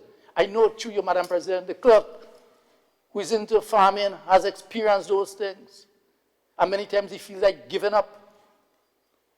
The senator is not speaking here. He's not speaking here about pretty and larceny. He's not saying, okay, we're not getting enough manpower, the police is not doing this, or you're not. He's saying for that which is existing, for that which, through the direct intervention of the Prime Minister, and he made a point to me that may have been missed, or probably it was not missed. Through the one-on-one, somebody got something done. And what was done was to get a separate account set up, something that he had been clamoring for quite a while. And that is why many times, Madam President, unless we make public noise, and I'm saying we collectively, because many times we sit in the comfort of our air-conditioned offices, saying that we need to do, when there are times you can skip to get something done. In project management, and other activities can take place simultaneously. Different timelines. I find it difficult to accept, with all due respect to you, Madam President. I know it's the Senator's motion, but it's something that has reached out to me extremely deep. I find it difficult to accept that recognizing that to do a comprehensive review, to include things that were not included, and commendation must be given to that. So if animals were not included, because farmers are losing animals too. They are losing equipment too. But at the same time, we all know that there's a major issue, and there's a start. There's a basis from which to start. The leader of government business said it. He said, here what? We have to work out the inflation, how inflation has moved from the internal. So there's no rocket science. Madam President, I wish to sit, but I wish to strongly urge the government side to break from the tradition where governments, because it was said that they're elected to make decisions, or make decisions. And that's correct. You're elected to make decisions, do that, but do that. Many times, I long for the day, and I really thought we'd have gotten that from the other side here. And in the early days, but I recognize that, boys like some profession outside there, I wouldn't want to single out the profession in terms of driving. You might be driving good, I want you to drive something else, you're behaving in a particular way. When you're on that side, there is something which says, look, you can't tell us what to do. It is taken. It is not taken as to be taken on board to work with. There's nothing to be gained for the senator as an individual. As a matter of fact, it's something that the government can take praise for. Rather than taking all the flake right now, all the issues that you have not done anything yet, and not for farmers, I'm not saying for farmers, I'm speaking about crop compensation. I'm speaking about compensation, let me put it this way. Because I don't think my brother will say, the senator will say that the government hasn't done anything for farmers. He is focusing on the resolution before us. Therefore, to you, Madam President, making this appeal, if you can use your good office, hope I'm not out of place to make that request.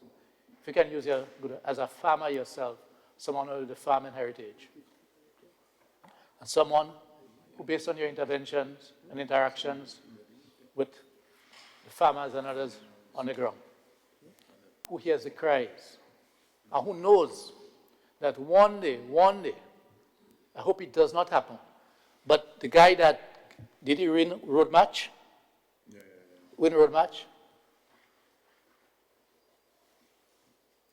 The warning signs are there. The cry is there. Let's do something. Let's do something to demonstrate that even if we cannot do everything at the same time, and that will be understandable. That will be understandable. But at least we have taken that which we can do something on and explain to the beekeepers and the others that we are working on something for you. So I wish to support The motion as moved by Senator Roderick in terms of, as a matter of fact, there was a time frame and there wasn't any time frame suggested, but the need for a time frame, and ask that some urgency and priority, is a matter of prioritizing, be given to this matter. Thank you very much, Madam President. I thank you, Senator Lewis, for your full and passionate intervention. Any other speaker? Senator Rahman, is that you? Yeah. Thank you. I hope to be brief, given the time. But there is a saying that while the grass is growing, the horse is starving. And that's what came to mind when I'm hearing my two colleagues speaking. I know that the government has done quite a lot. I am a farmer, although not a very good one, perhaps. But that's in my genes, so I can't, I have to try something. So, but government, after Hurricane Beryl, visited farms in the north of the island in addition to Carriacou. And they were very efficient in doing that. And I remember receiving a call from them and so on, and going to visit the extension office. They have been doing a lot of work with farmers. But this specific area, it's been quite some time since he has been raising this particular issue. And it hasn't been touched since 1995, as we know, and prior to that, 1967. So previous government administrations, both NNP and NDC, well, they were both, right, within that time. They have not given it the kind of importance that it needs, and time has marched on. Inflation has taken its effect, and this is important because their crops are their stock. That's their inventory. And if my inventory is worth $500 today on a particular product, but you still value it, the insurance company still value it at $50, when I have to claim for a loss on that $500 goods, I get in $50 from the insurance. No business will want to accept that. So you could do what you need to do to fix it in the long term, but in the short term, try to address some of the values from what is existing. So that would be my recommendation. I mean, nobody's saying that they're not working on it. They have said publicly they're working on it.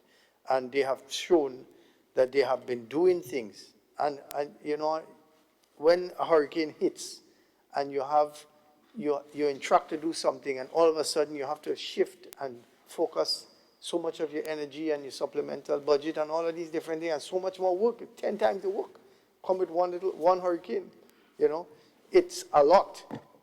So I'm not knocking you, but I'm just saying that this has been there for a long time. We all agree on it. This is not something that we disagree on. And so perhaps they could, you could do something, put a little plaster on it in the meantime while you're addressing, while you're going to get the medication to kill it. Put a plaster on it. So that would be my recommendation. Thank you. Thank you, Senator Rahman.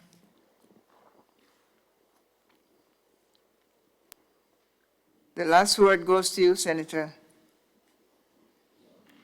St. Clair. I think you have a lot of food for thought.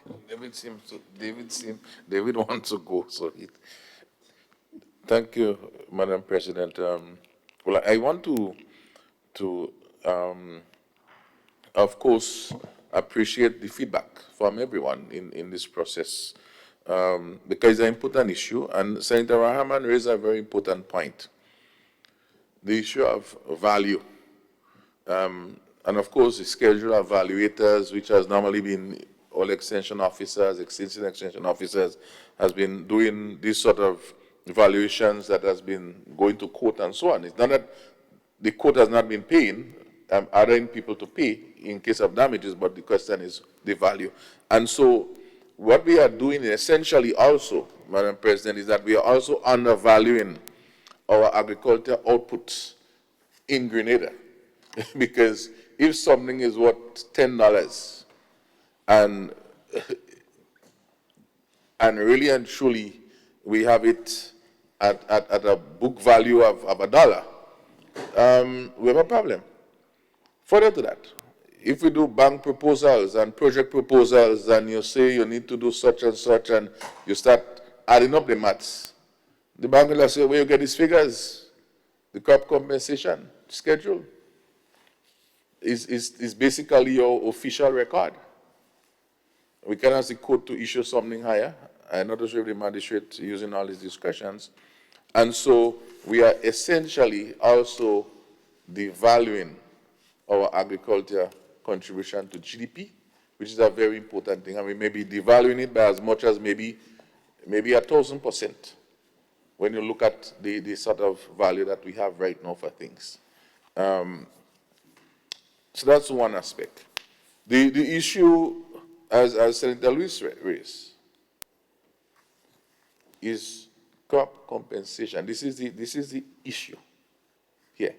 The issue about burial payout and so on, I decided to speak about that in the adjournment because I don't want to confuse the argument and introduce parameters such that the debate will segue and we lose focus. It's a very focused intervention. I don't want to draw the debate out into areas that it's not supposed to be going. The focus is on that which someone damaged, they cut down your stuff, your animal destroyed, your other animals destroyed, you go to court.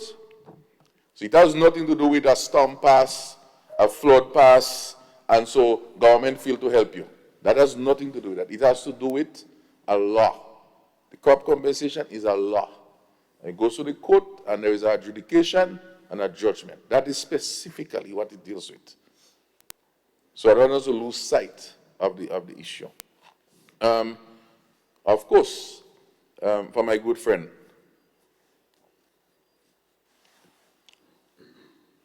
no one is saying the government is not doing. In fact, those were said maybe when he went out, but specific to this. And I don't think these are just icing on the side. The issue is to get it done. I'm happy to hear that some action was taken to the Ministry of Finance to get inflation. You go on the CCB site, you go on the Ministry of Finance website. We don't know inflation for the last so much years. I don't think the Ministry of Finance has been sleeping. I'm sure if I call him in the morning, we could get that data. All right? So, I don't think this is unavailable. My good friend Senator Rahman speak about why the grass is growing. We all know that proverb. Senator Lewis offers a palatable consideration. You work, I want to have. And of course, we're not going to dispute about whether who called me and who don't call me and this and that and the other, because those are smokescreen, red herrings in the discussions that I want to stay focused on what the real issue is, what is holding us back from getting that done. I think that the comments, of course, by the leader of government business in terms of all the actions that is currently taken is commendable. You have no problem. Say it's good. But if my foot is cut and is bleeding, I cannot wait for amputation or for the ambulance to come when Senator Rahman knows how to solve the problem by putting pressure and tying the area and those things, rather than leaving me to bleed to death. This is what leaders do. This is what great decision makers do. And so, in the spirit of progress, a caterpillar don't just turn into a butterfly, you know. If you look at it, they teach us, you take a little worm and you watch it for, I think it's 21 days before you turn into a butterfly. So transformation, it has steps. That beautiful caterpillar didn't become a caterpillar. It's a process. And all of them are outputs. So there are different outputs. So whilst the law is being worked on, which we hear that there's a draft going on, this component could be worked on in the meantime, because you already have a premise on which to act. And so, Madam President, I think the spirit of the motion is very clear. The intention and the objectives is very clear. I don't know personal recognition or anything like that. I'm not into this for that at all. That is never. And persons who know me individually would know that. But what I do, I like justice and fairness. I really like that. And I'm very reasonable, understanding. But at the same time, all of this comes with what you call responsibility. And responsibility is linked to accountability. And accountability leads with execution of things for the people. So I thank you, and I thank all the comments, and I trust that we can see something happening. I wouldn't say for Christmas, because the Christmas is already here, but we would expect that something happens in the new year, and I will continue outside of this chamber to act. Not get on May Day in demonstrating, because I feel by May Day we should see some results by then. So I don't think we have to get there, Senator Lewis. Okay, all right. With these words, Madam President, I commend this motion for the records of this honorable House.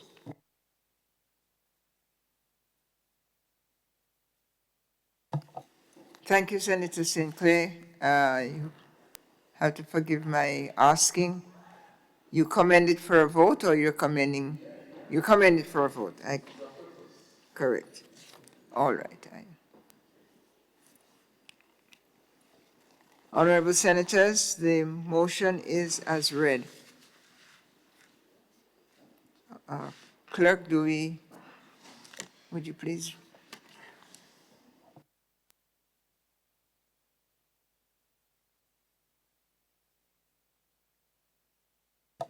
Thank you. Let me then just read the resolve section. Private bill by Senator the Honorable Roderick Sinclair on crop compensation schedule for farmers who suffer crop loss from damage by man and livestock. Be it resolved that the Minister of Agriculture be caused to act in accordance with the powers vested in him under Section 4 of the Agricultural Compensation Act of 1995, to review and update the crop compensation schedule of 1995 so that farmers can be justly compensated when they suffer crop loss or damage. Be it further resolved that Section 4 of the Act be modified to protect our farmers' investments by specifying a time by which the crop compensation schedule shall be amended instead of relying on when the minister considers it expedient to do so. All those in favor of the bill, of the motion, say aye. All those opposed, say nay.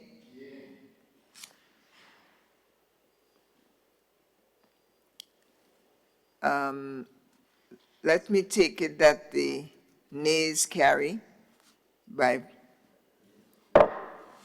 so the motion is defeated.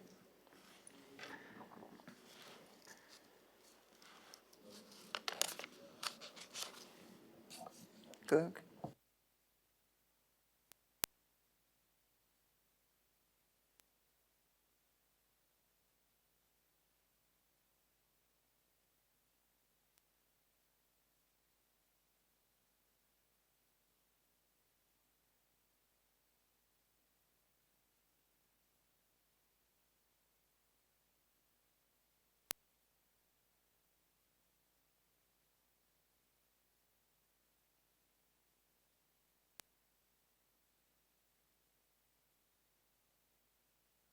Item 17, adjournment.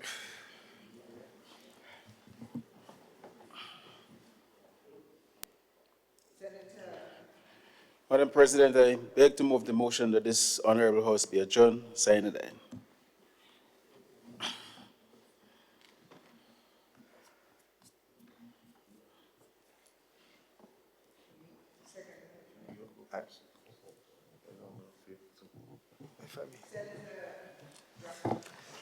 Madam President, on closing, I would just like to wish my colleagues.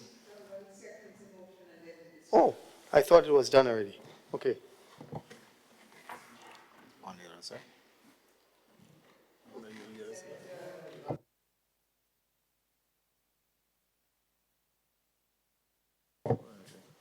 Okay, sorry.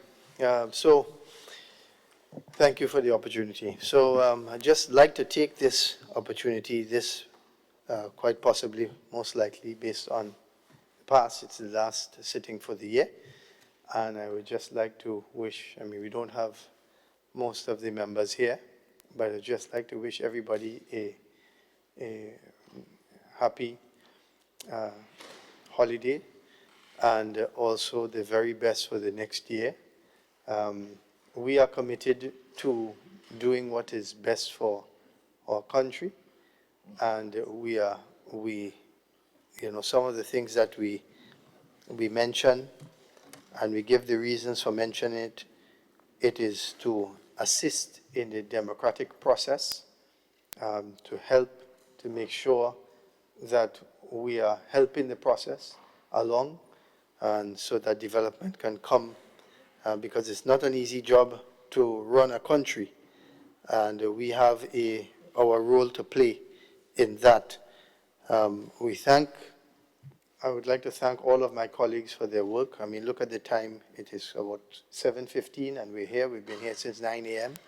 So that is testament to, every individual. It speaks volumes, what we are prepared to do and what we have done before for our country. So I just would like to wish, all of my colleagues the best, and the business community as well. Good sales and safety during this time. And this is time when there are a lot of opportunities, including the opportunity for theft. And so I want to, for those business people who are listening, and also all of us, don't take your safety for granted.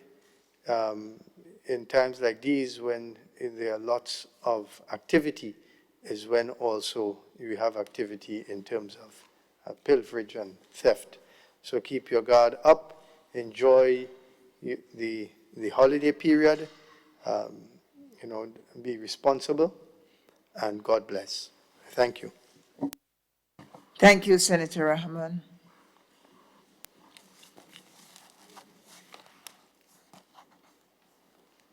Senator Lewis. Thank you very much, Madam President. Just quickly, on behalf of Labour and the Grenada Trades Union Council, just wish to bring to the attention of our wider membership and colleagues here the passing of one of our stalwarts, that's Sister Anne Simon, who served the Labour movement, the TUC Secretariat from St. David. As a matter of fact, she'll be buried on Friday. For over 30 years, almost single-handedly running the Secretariat, was the administrative assistant to General Secretaries such as Comrade Ray Roberts and Bert Patterson and Sister Clarice Charles and others. Yes, and some of the great presidents like Sister Madonna Harford and Derek Allard and Slim DeBug and others. So I just wish to recognize her and the family, and to pay tribute to her. I also wish to, there is a pity my colleague here from the business community has stepped out. But there is a business venture and a gentleman that I wish to just take note of, even within the tourism sector and transport. Not a big transport, but you'll see the connection. I'm speaking here of one Junior George. One, that's the guy with Ride Along, who has introduced some novel business ideas. And he's rural and he's a family background, right? It shows his braveness, his level of innovation. With this, the e-bikes, that's allowed the use of not the traditional fuel, etc., but electric, and allow people to be able to see the innermost parts of Grenada, even for locals and foreigners alike, and regional people. And the most recent one, what I call Tuk Tuk. Yes, I see this as novel ideas, and I wish to encourage him, regardless of what obstacles that he may meet, to continue. Really wish to, and whatever assistance that can be given from the level of the state, in terms of making things easier. I'm not saying it's not been done. I'm just speaking generally, because I know most time when, you see, I look at, and just bear with me, right? When I look at Grenville, and I look at St. George, and I recognize that we don't have our local private sector, my brother. Our local private sector, very few people of our local people, private sector involved in business in like we say, Grenville and in St. George. And I see Junior George with Tuk Tuk and the e-bike, which goes a long way in terms of enhancing the tourism product. And not just the tourism product, because we also have to look at what it does to us as a people. And it's good to see one of us, I'm just singling them out, one of us doing this, yes, speaks volume. And I really wish to encourage him to continue his innovative ideas. As a matter of fact, apart from Tuk Tuk and the e-bike, I think he has something, some flotation with tubes, right, with tubes on our rivers and our seas, right? Right, dinghy donut, right? Which is highly commendable, And I know many times that these things can be difficult. I know many times there'll be naysayers, but I'm confident that he will not allow anything to dissuade him. And I wish to encourage him to continue doing what he's doing. On the question of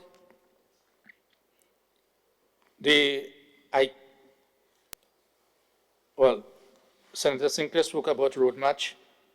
I wish to repeat about 4 items here as we close the year, whether this is our last session or not. I look forward to the reinstatement of the Carriacou 5. That's 5 sisters that were dismissed from their jobs, I think in 2022. And my clear recollection is that the letter of dismissal stated that it was done in further to some existing laws in relation to the Public Service Commission. I know the others who were dismissed, the administration learned from that, and they found their way around it without mentioning that. And that provisions, SRNOs, make provisions for a particular procedure to be followed, which was not followed. So I continue to call, and I know the Public Workers Union is expected to continue to call for the reinstatement. I also call, and probably that would be a good thing for the Christmas, as I look towards, through you, Madam President, from my St. Andrew crew. I'm saying my St. Andrew crew, and I'll pull in St. David too, because, you know, St. David, all the parishes border St. Andrew. But it is known that St. David, St. Andrew have a special place with St. David. More so because we had loaned them a Jamo. Yes, you remember Jamo is St. Andrew, but we had loaned them until Rootsman Kelly and others come around. But I'm saying that my St. Andrew crew, for the sisters from the Faith organization who had worked, and I know you have been arguing that the company should pay them, and there are some legal matters. I continue to call for them to be paid. These are ordinary working class people, regardless of where they fall politically. I had a sidebar with my colleague on the other side, and I said I will still raise it. But I sat in this house, it may be, I think I was a bit lower down here, because I might have been about there are 6 hours, I might have been about number 5, close to the end. When I applauded the comment made, and the commitment made by my dear colleague, through you, Madam President, Minister of Social Services, who had said that what was then said as having a time frame for the less fortunate in terms of a 150, that will have continued in 2023, during the 2023 budget that took place in November, December of 2022. And it was withdrawn. I know that they're receiving more now, but I think as a matter of principle, and a matter of commitment, because this was committed inside here, I still continue to clamor for that payment to be made, right? I still clamor for that payment to be made. And last, let me just extend the best wishes to our workers, the working class, and everyone that I'm associated with, just in the event that we do not come back here, and to ask us to pay attention to our security, our safety. Our security and safety begins with us, to be aware of your surrounding. And I know the use of social media these days. Everybody like to say, or most people like to say, when they are not home and when they're traveling. But these are means to allow people to know to come visit you, those who have bad intentions. Let us pay attention to our health, our safety. And the police officers and all the support staff, I am convinced that, Madam President, and who the clerk is, given his background, that the support staff that is making this long hours here with us, we offered ourselves for this. They have to stay. That they'll be adequately compensated in terms of the overtime. I know that will happen. And I know that they'll be dropped home. You know, the employer here, it's not like those in the South that I was speaking about.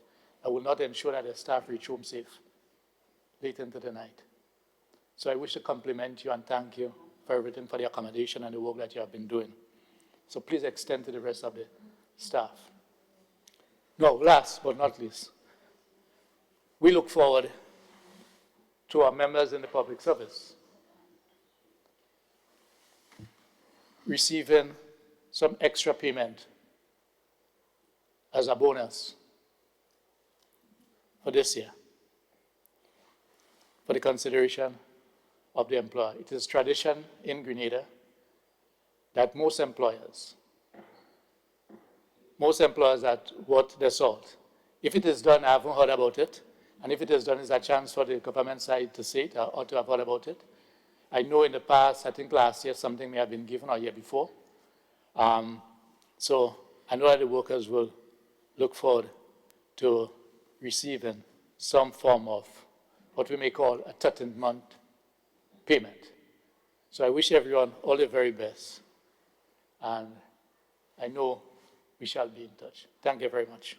Safe travels. Thank you, Senator Lewis. And the mic is passed to Senator Sinclair. Yes, thank you, Madam President. Some closing comments, it's about 2 comments, actually. One, I want to mention and speak about the issue that my dear friends here are avoiding, but I like to keep focus. The whole issue of the income support, from the burial income support.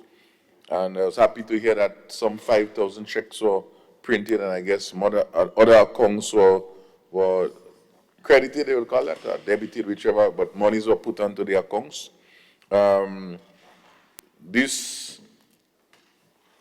We know that the impact of the hurricane has been significant, on the farmers in getting restarted. We know that it's not a lot of money to get them restarted, but it would help in some ways. The call has always been for the farmers to use the money wisely and see how they can best organize their life and at least get some food to produce for these upcoming holidays. This we know has been a challenge, but as we see over the last 3 or 4 weeks, there is some increase in the local vegetables in particular, bananas, some plantains, and so on, which is good. Of course, there were some challenges and delays on the farmers' expectation as to when these payments were going to make, and that has created a lot of, different sentiments in different circles. The government might have get what I call bad name. They don't have money, with the money, all kind of stuff. And again, I'm in the midst of all of these calls. I don't record the calls, but from where I sit, you get those calls. I know personally from involvement in all of this that the action was being taken, but there's a process. And so there was the first payout, which I was present to witness, and then there's the second one we started sometime, I think this week or late last week. And so we chose that everybody, and I would say everybody, you might have one or two that may have some little challenges in getting a fund, but I would trust that most persons, almost 99%, would receive these monies, I don't want to say for Christmas, but ahead of Christmas. So notwithstanding what they may have used out of their own personal monies, they can be able to at least do something, but still use it wisely to get back into the family enterprise. So this, we have seen most farmers that getting, especially last Thursday, Friday, has commenting up to yesterday. Some say, well, we're receiving payment. So this is good news, right? This is very good news. On the other note I want to speak on is basically, as we are going to the holidays, as Senator Lewis was mentioning, to wish not just the farmers and my stakeholders, but the nation, everyone, including everyone, all members here, and the whole staff supporting this whole, us being here. It's a lot. We come here, we talk, and we working hard, and this, this boring guys, just have them standing, sitting around. But we have to appreciate them, appreciate the interest in this, and without all of them, whatever we do here, it would be very difficult. And so we have to recognize that and trust that with God's strength and grace, we would come back into the new year with more work ahead of us as we all collectively work towards one goal. We all have the same interests, to make Grenada better, to make life better. And the debates and exchanges is about how do we get that distillation for betterment. We all have the same goals. And so we have to continue working harder into the 2025 because there will be more challenges, more opportunities, more things we have to look at as it becomes more challenges for us. When we got here maybe 1 year ago, we didn't realize we had to go and look at all these terrorism bill and all of these things. There are challenges, and we ask that God keep us healthy and keep us strong, because it's a very hard work. We all have other responsibilities. You have your ministerial responsibilities. We may have other professional responsibilities, and to prepare and to be here. And even you, Madam President, you sit there and follow. You may say, what happened to these guys? What stupid is they talking? They need to stop talking right now. For standing up with us and really tolerating us. And I would say, given the leeway in such that you don't feel tight, squeezed, I think you have done well over the last few months in terms of understanding the temperature of the House. And I think you have to be commended for that. Versus like the first few months, he was like, okay, stop that, don't do that. But I think you understand, and we really appreciate that. And everything would come down to goodness and the due respect that is exercised among each one. I think we all have to be commended for that as a house. We debate strong, but we have respect in this house. This maybe is the only house of all the houses of Parliament where we respect each other and we debate fiercely, but we're doing it for one good. I thank you.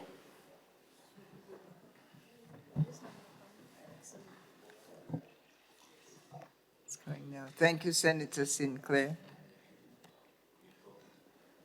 You feel happy that you have a lot of leeway from the chair now. Let's see. Senator Thomas, Gloria Thomas. Thank you, Madam President. I need to respond a bit to Senator Lewis and to add some clarification to one of the statements that was made. In terms of the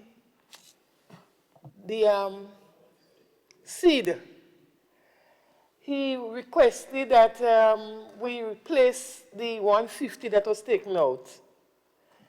I want to inform the Honorable Senator that 200 was replaced. 200 was replaced. Yes, we did. We did. Yes, we did. We promised to keep the 150 on when we came on, but when we assessed the program and we recognized there was so much irregularities, we couldn't continue with it. So we did a recertification, and after we did the recertification, we add $200. Yes, so we put it in. And I want to make the point now that the brisk money is for 6 months, only 6 months. So after 6 months, the brisk, it will finish. So I don't want it to be said, we take back the money. It's a 6 months. It's a 6 months allocation for the persons affected. So after the 6 months, that's the end of it. So please don't come here and say we take back the money. It's for 6 months. Okay. Senator, thank you, Senator Thomas. I was reminded that we are not in debate mode, but so I accept that in the spirit of clarification mode. Thank you, Senator. Other speakers? Hearing or seeing none, let me just make a couple of quick comments. First, I would like to report, and I apologize for not reporting before, that I did receive an excuse from Senator Nolan Cox, the Deputy President of the Senate, who is attending to urgent personal matters outside of Grenada and could not attend, and sent his apologies, which I should have given at the beginning this morning.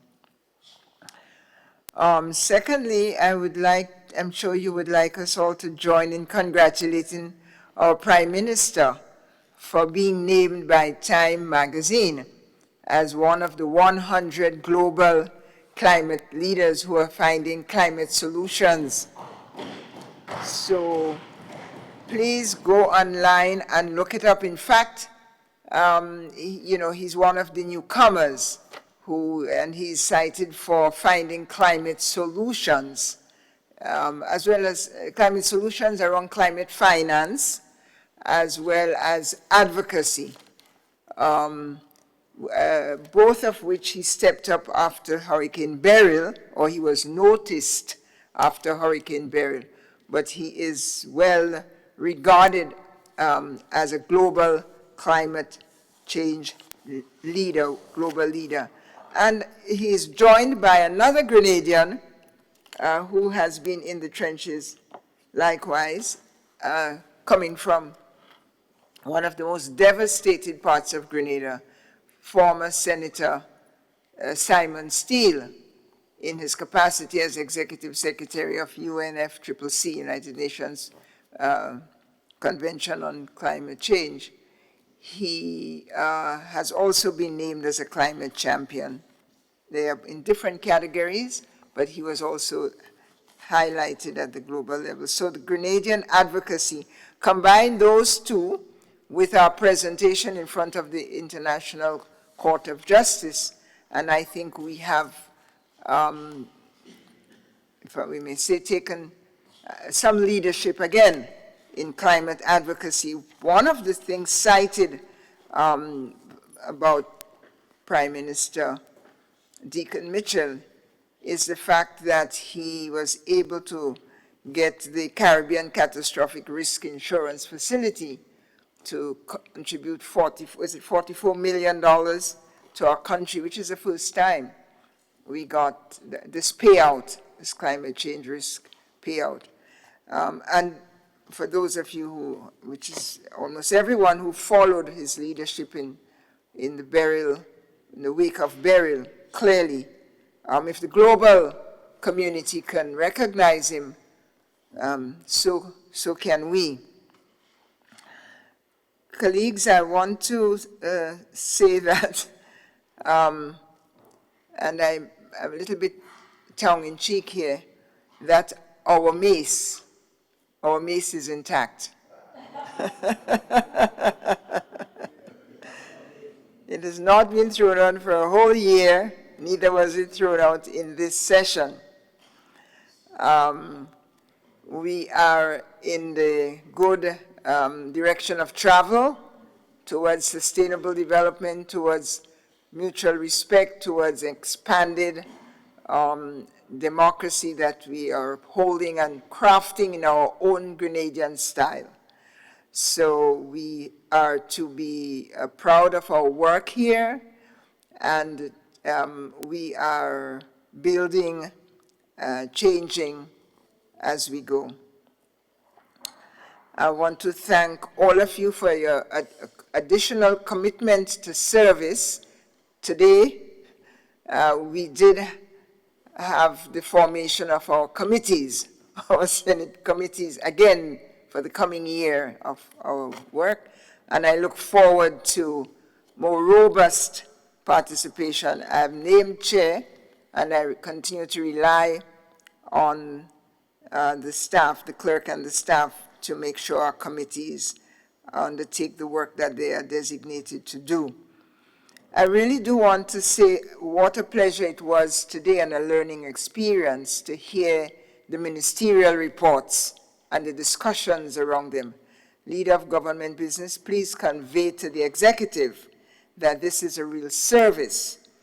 I know it's a standing commitment in the legislative agenda, but it is a service whether you are reporting good news or not. And it turns out that a lot of it was good news. But we do want to send our thanks to the executive branch of government for undertaking as much as it did this year and repeatedly reporting on it. And part of what we already said is that the gaps and difficulties and shortcomings will be and must be addressed in as short a time as possible. We get that sense as well. And coming from Carriacou and Petit Martinique, I tell you, there's quite a bit there to be done in the shortest possible time. In closing, let me simply, closing my statement, let me just thank the clerk and the staff of Parliament. We are in the same, in the spirit of enhancing the Parliament. And it's led by the clerk, he does. And I think the Speaker and I do expect him to be as vigorously engaged as he is. Clerk, we thank you for your response, for your team, and we look forward to supporting you to fill all the gaps that are institutionally identified. Thank you very much, and convey our sentiments to the staff. We have our internal work to do, and we do want you to let them know that we appreciate, I mean, staff members are still around. We've been going for just about an hour short of 12 hours, and you are here with us as we take the nation's business forward.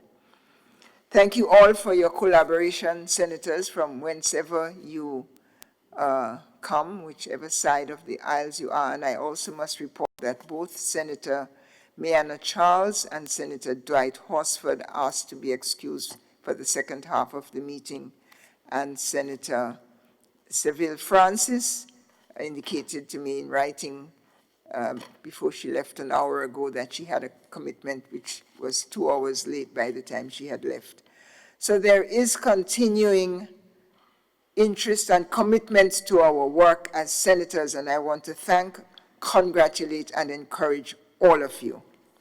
Thank you very much. Have a wonderful, happy, blessed holiday to you and your family members, your work colleagues, to all the constituents that you have. And if we combine, if we look at all the constituents, put them together, it's our whole country for whom you are all responsible. So thank you, and bring the greetings and sentiments of joy, peace, happiness, progress, solidarity, unity to the country of our beloved Grenada, Carriacou and Petite Martinique. You've worked hard. Have a good rest. The motion is that the Senate adjourn. Sine die. All those in favor say aye. And those opposed and remaining till next year say nay. Senate is adjourned.